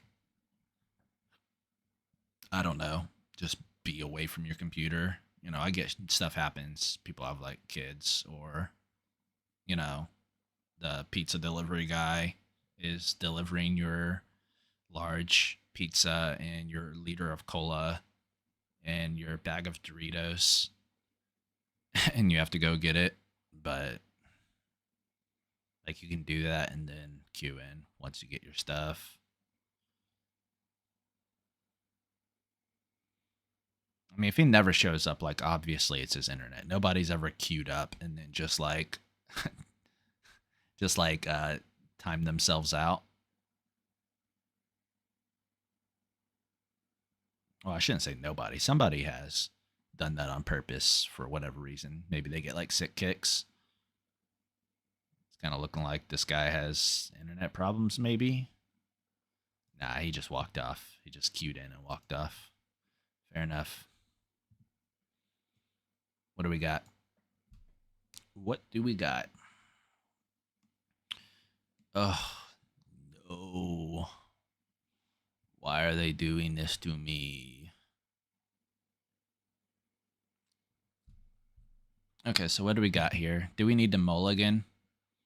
We can make green, white, blue, red mana. That'll make this cost 2 on turn 2. Not that we're going to need it. We're playing against fires again. I wanted to show y'all more stuff than this, but that's okay. This will be a master class in how good this deck is against 5-color midrange. The thing is our hand is questionable. They're on the play. I think I'm a mulligan. Oh.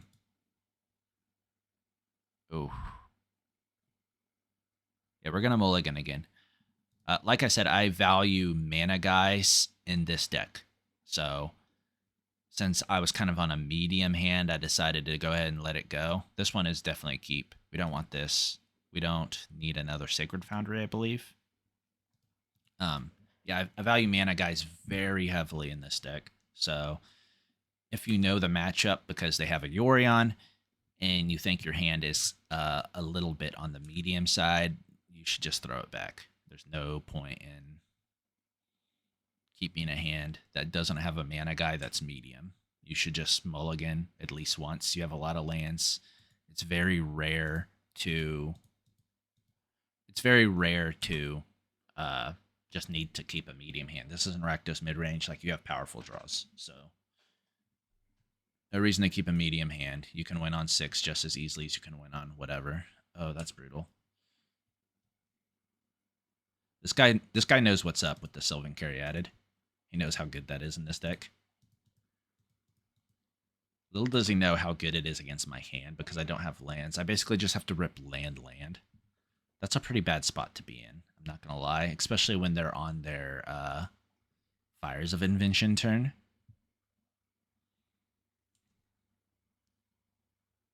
Looks like they don't have it. Oh, I look like an idiot.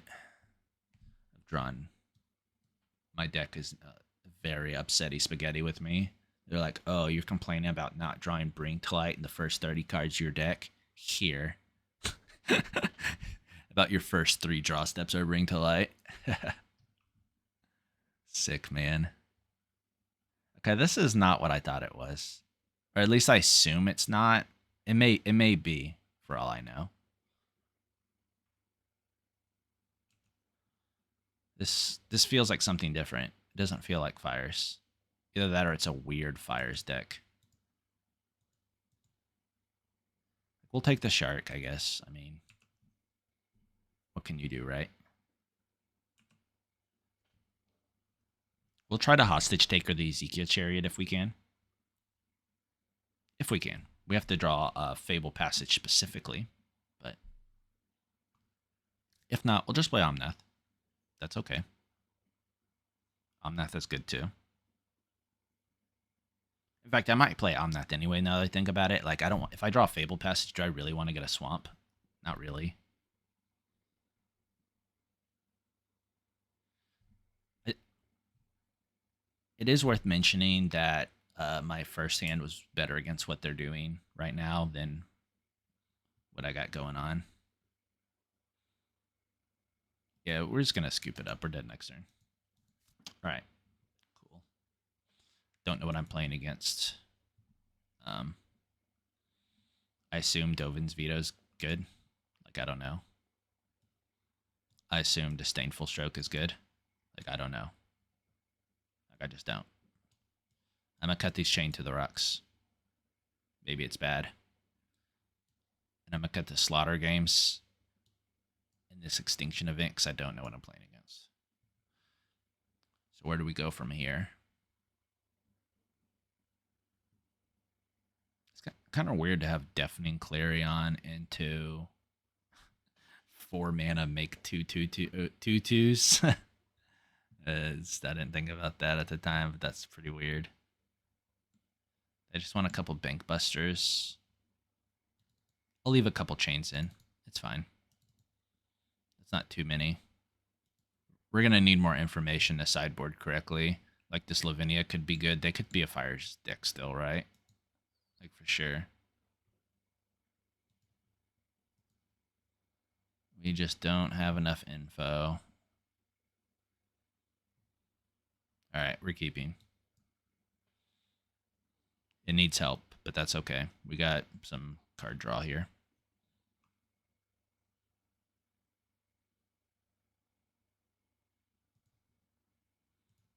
It's probably my fault. I angered the magic gods by complaining too much.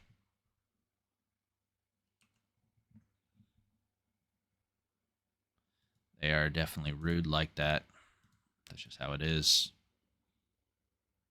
I'm going to save this Fabled Passage for an Omnath turn. We can go red, green, blue, white. Then we'll fetch out our planes with this. And hopefully cast Bring to Light, to be honest with you. But we'll see.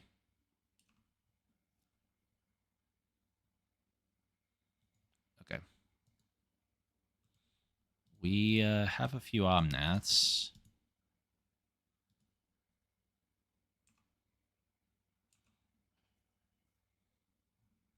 Alright, so we may be able to like fetch out our thing, pick up this guy, cast Sylvan Caryatid. Alright. Little do you know, my guy, that's what I wanted you to do.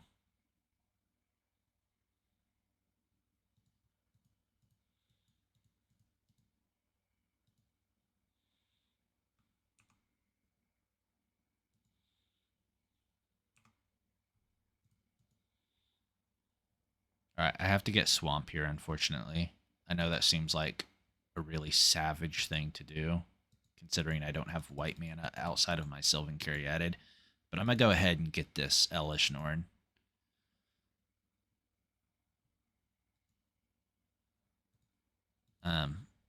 Like I said, this is not quite Fires of Invention, so I would not be surprised if they have access to different cards that allow them to answer this. No, they cannot answer it. All these decks, they have no answers to this card. It's unbelievable.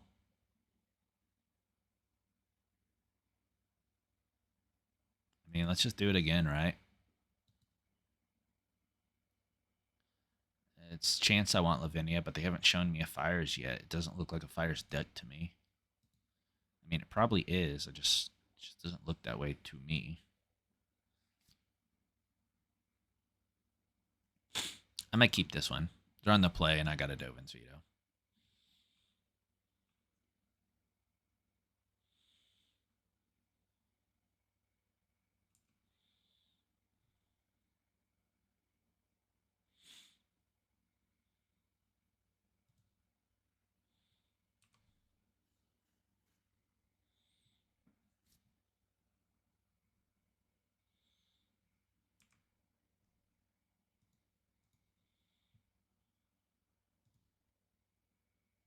The Sunpetal Grove is hurting us. We can't leave open Dovin's Veto because of it.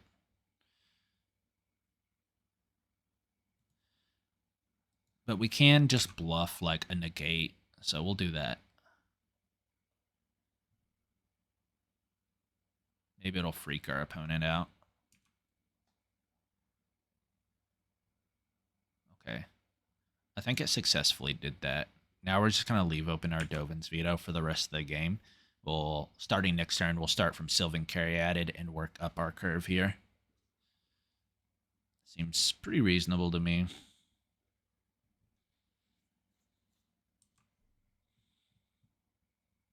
We'll save our Fabled Passage for our Omnath as well, if possible. It may not be possible because of the swamp, but it's whatever. I assume the Sylvan Caryatid resolves, so it should be possible.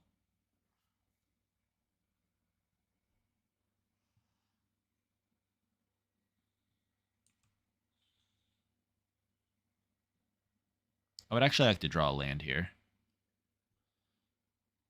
What are they doing? Okay.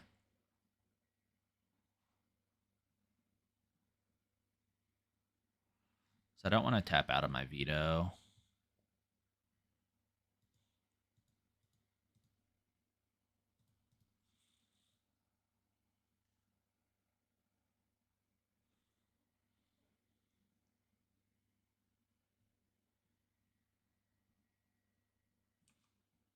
Oh, wow. That's pretty surprising to me. I'm going to be honest. I was like, yeah, this thing is doomed.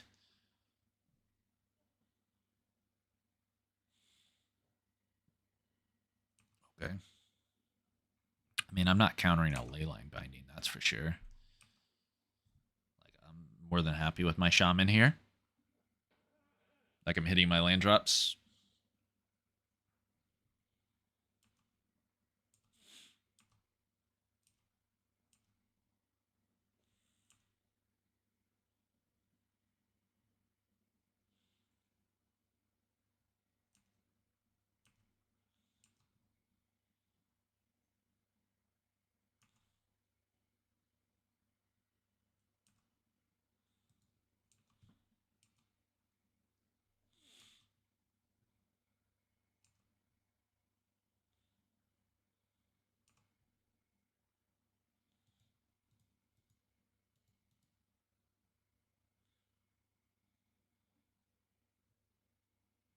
Our opponent has to eventually cast something.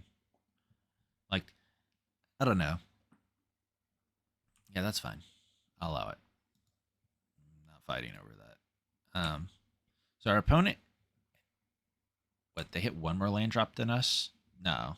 Yeah, they have one more land drop than us. So if they continue to hit land drops, it's kind of their advantage, but at the same time, it really isn't. Yeah, so we're just going to veto this. We're not going to mess around with it. There you go. Yep, can't stop me.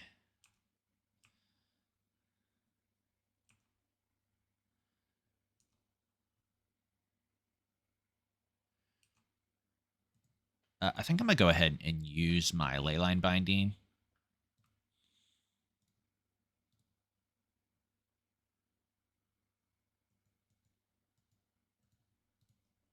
See what they got here. Okay, cool. I'm in a very commanding spot, I believe.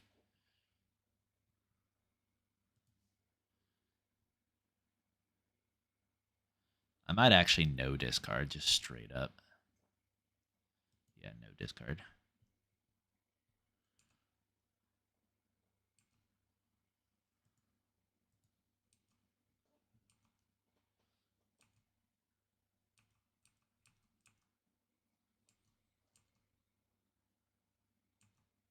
All right.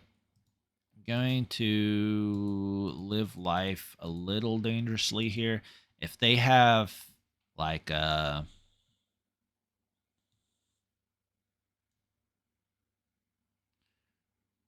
I guess not too dangerously with a Leyline Binding, but if they have like let's say a threat into like a mystical dispute here, they can get me for sure. Got an Elesh Norn coming down soon as well. We've accelerated past their mana here as well with hitting the double land drop. And yeah, they just scoop it up. It's probably because Elesh Norn is coming down next turn and they don't have a clear answer to it. Yeah, so if, I got to show you anything in this league is that these 4-color piles are just really bad against a Bring Delight deck. So is that round 4? I'll see you guys in the final round.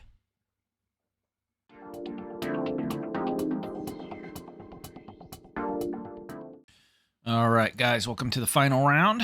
I believe we are on the draw again,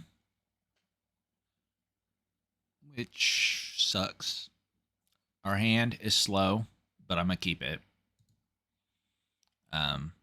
Really depends on what we're up against, whether this hand is good or not. I see our hand is kind of a nightmare. They are playing the Lotus Field deck. Now, we do have the Slaughter games in our hand. So maybe there will be something we can do.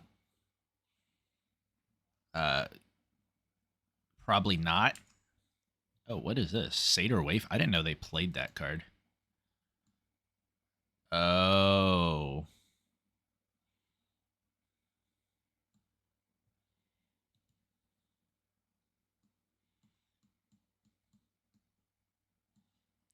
Guys, I do not know what this deck is. I'm very sorry. So, let's read this card. This card seems important.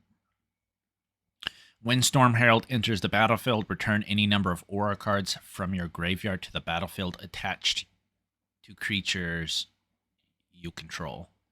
Exile those auras at the beginning of next end step. If those auras will leave the battlefield, exile them instead.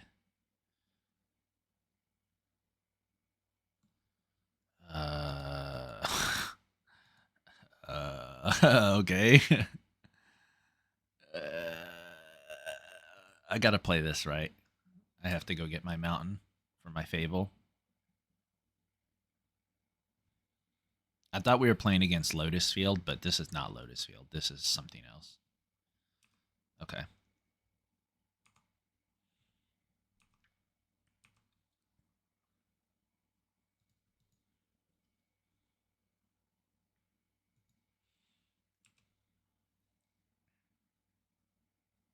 So we're going to hope that they're just, I don't know, like a janky deck. We're just going to slam our Fable. Oh, we could double chain to the Rock Stem here.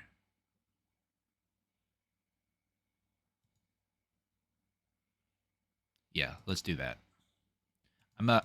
So I was just going to Fable and try to power out my Bring to Light. But my thought process here is we have access to Slaughter games next turn. We can name this Storm Herald. So if they get greedy, right, like this, they have this in their graveyard, right? So my thought is if we can stall them one turn, right, like we can make it to where they need just like one more turn of setup. We can cast this Slaughter games, and this Storm Herald line will be less scary. Like, obviously, they're going to have this, chain to the rocks on Satyr Wayfinder is pretty weak. But at the same time,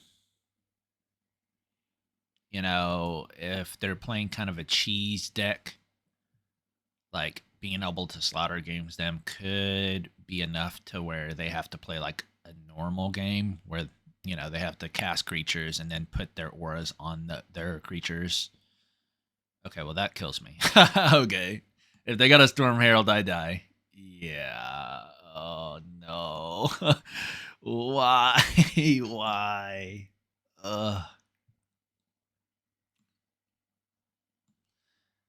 Does this give trample? It does not give trample, but they had the burning anger, so it didn't matter. I was about to say playing the Fable would have been better because I could have blocked. Okay.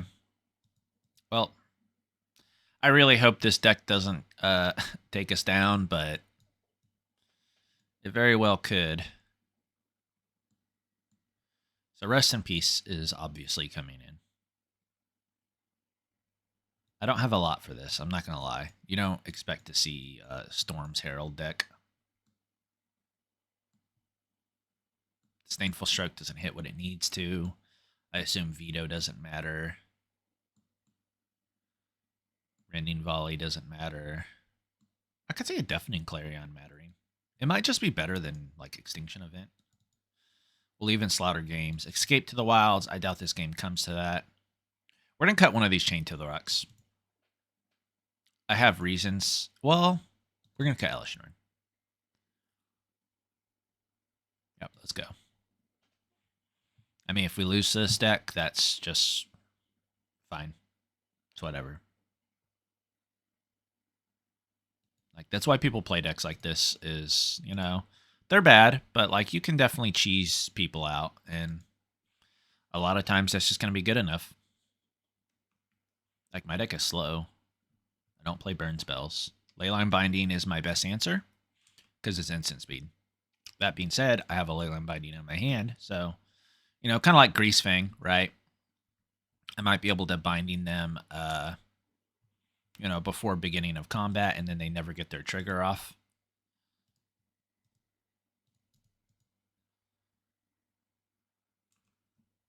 Now we need lands, obviously.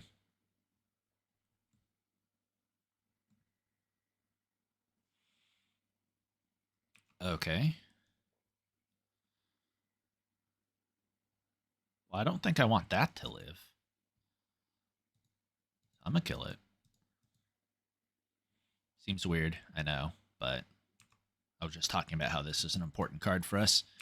But we're working our way to Bring to Light, so we draw an untapped land next turn. We can Bring to Light the Storm Herald, and then they're going to have to play a fair game.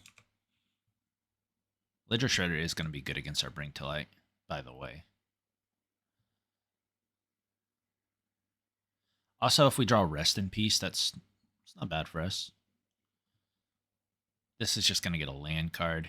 I don't know what it got. It didn't reveal it to me. So, okay. White. Blue, red, black, green. Now, we have a very real decision to make. We can Slaughter Games, right? And Slaughter Games gets their dude, right? But if they have another cheesy combo in their deck, we could be in bad shape. Oh, I don't remember what it's called. I'm going to try to remember what it's called. Okay, it's whatever. I might have to, like, look for my phone for a second and remember what it's called. I remember what it does.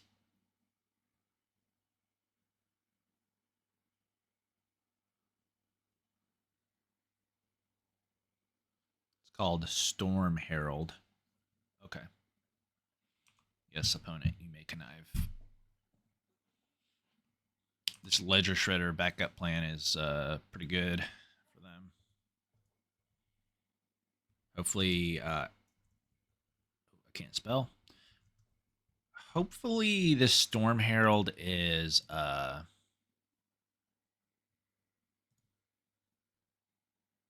we get to see their deck, so let's look at their deck real quick. Let's see if they have a backup way to get stuff in play.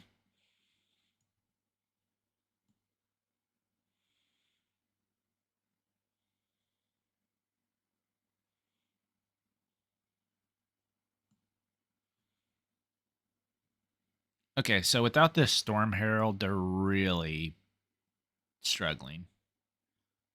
Wow, they only have 2 Ledger Shredders that they sideboarded in, and they drew both of them. That's kind of unfortunate for us. I mean, I guess it's good in a sense that... It's good in a sense that, like, we're not going to have to deal with anymore, I suppose. They only have 3 of those bad boys. I must have got the other one. Okay. So we know what their deck looks like. We got 4 Storm Heralds. We'll pass the turn. And we'll just play Omnath. We'll just try to not trigger the Ledger Shredder anymore, right? They can probably trigger their Ledger Shredder if they want. They could go Scrapwork Mutt, discard a card, unearth. Oh, that's not casting though. So they cannot trigger Ledger Shredder, as far as I am aware. I mean, they could just Scrapwork Mutt, discard a land, and then play a land and cast a 2-drop, trigger it. That'll put them in a pretty decent spot to, you know, have a reasonable threat. You know, this is already a reasonable threat, right? A 3/5, but 4 is the magic number because of my Omnath.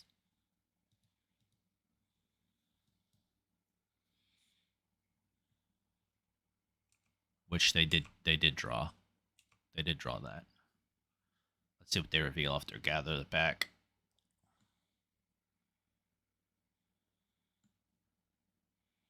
They get a Merfolk Secret Keeper.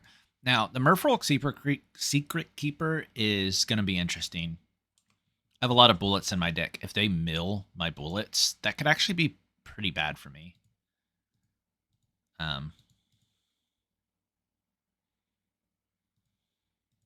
So let's hope that doesn't happen. I would also like to draw land here. Yes, excellent. Just keep me alive, you know?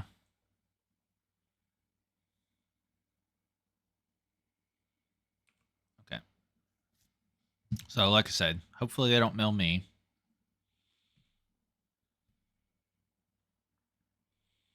And I just need to draw an answer to Ledger Shredder.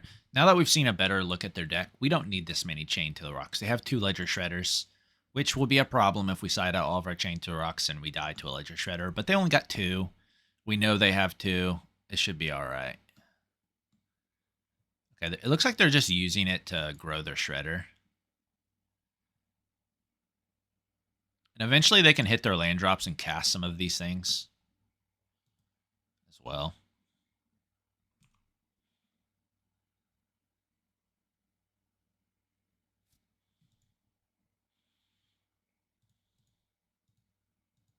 We're just going to cast this now. We're not hiding anything.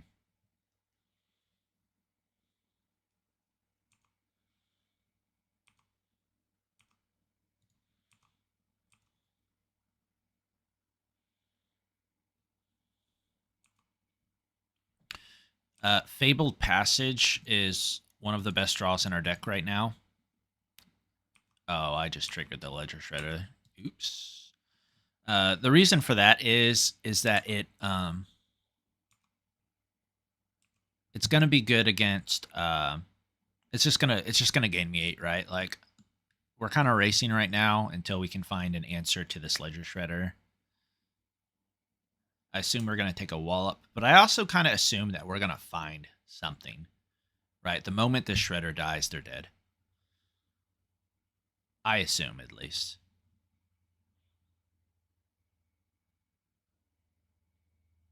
Okay, they have their own Fable. Let's see what they discard. They get another spell. They do. That's a big Ledger Shredder. So we got to find an answer for it this turn. Shouldn't be too hard. We still got plenty of answers in our deck. I'm going to discard both my Omnaths. I don't think they have good ways to deal with it.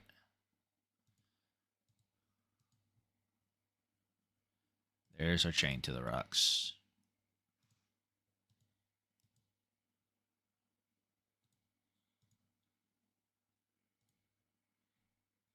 Okay.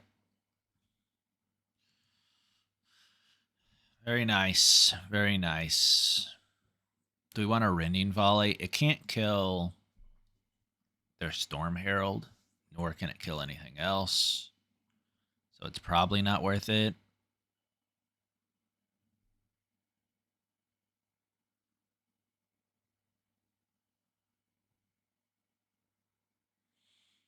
Yeah, let's just resubmit. We might have to mulligan aggressively This Deafening Clarion could be bad. This could probably be something else, I'm not going to lie. But I already hit submit. We're going to mulligan aggressively. We're going to look for something relevant.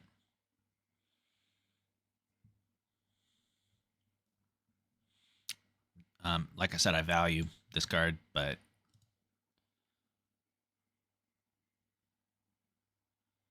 what is this? What does this give us? It gives us a Leyline Binding. It's got to be worth something.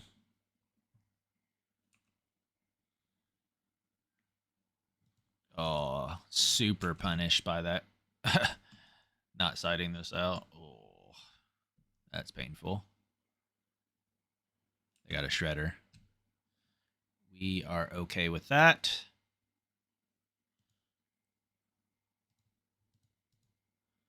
We're going to go ahead and deal with it.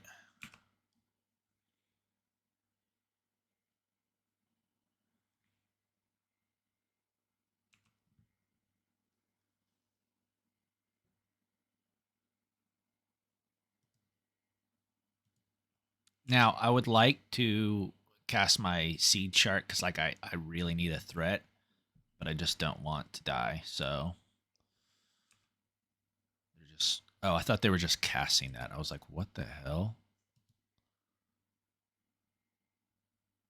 Like I pretty much need to leave open 2 mana at all times.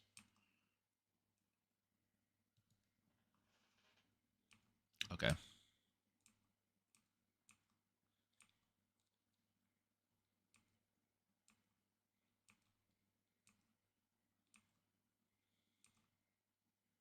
We're working our way up to a Slaughter Games.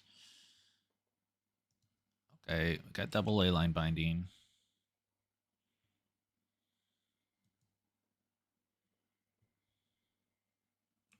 Okay. That's just going to get a land.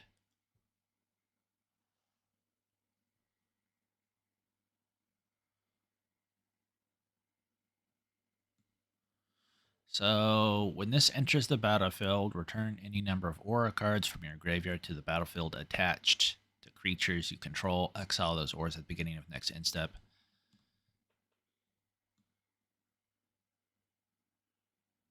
If those auras would leave the battlefield, exile them.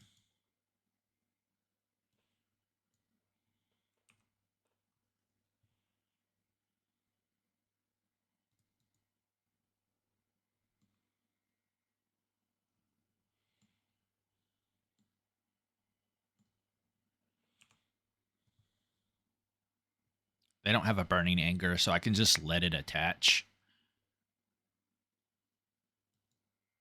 And then binding the guy.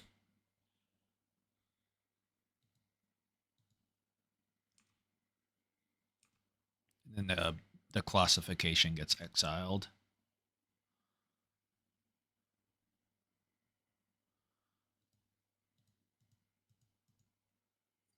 We'll take a bit of a risk. We're going to go down on Leyline Binding a turn, but I think ditching our Clarion is going to be worthwhile. And obviously, we just need to hit lands, and the game needs to end eventually. They're missing multiple components. They just used one Storm Herald, and the classification is currently not in their graveyard, so they're going to have to rebuild a little bit. I assume they can't do it all in one turn. Yes, we will ditch 2 cards. We're past the usefulness of that card. Okay, that's excellent.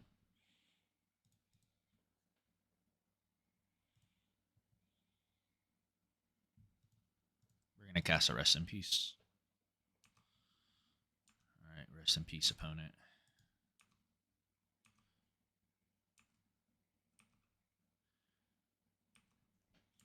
That's okay.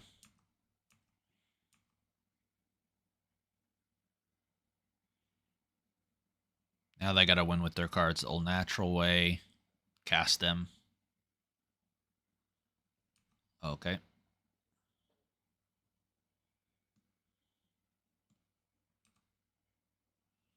was about to say, does this card get things from exile? That would be insane.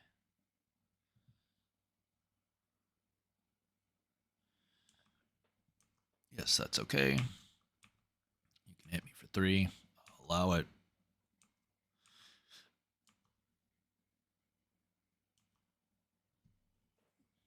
Traversing for a land.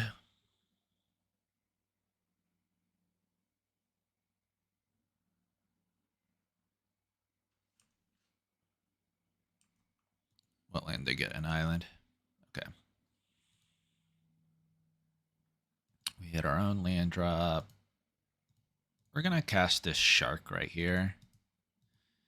And our plan is to cast Leyline Binding on their Storm Herald and then flip the shark into a 6/6. That should be sufficient. Okay, they just scooped it up. The Rest in Peace was too strong. We ended up going 4-1. I will see you guys in like my my post thoughts section.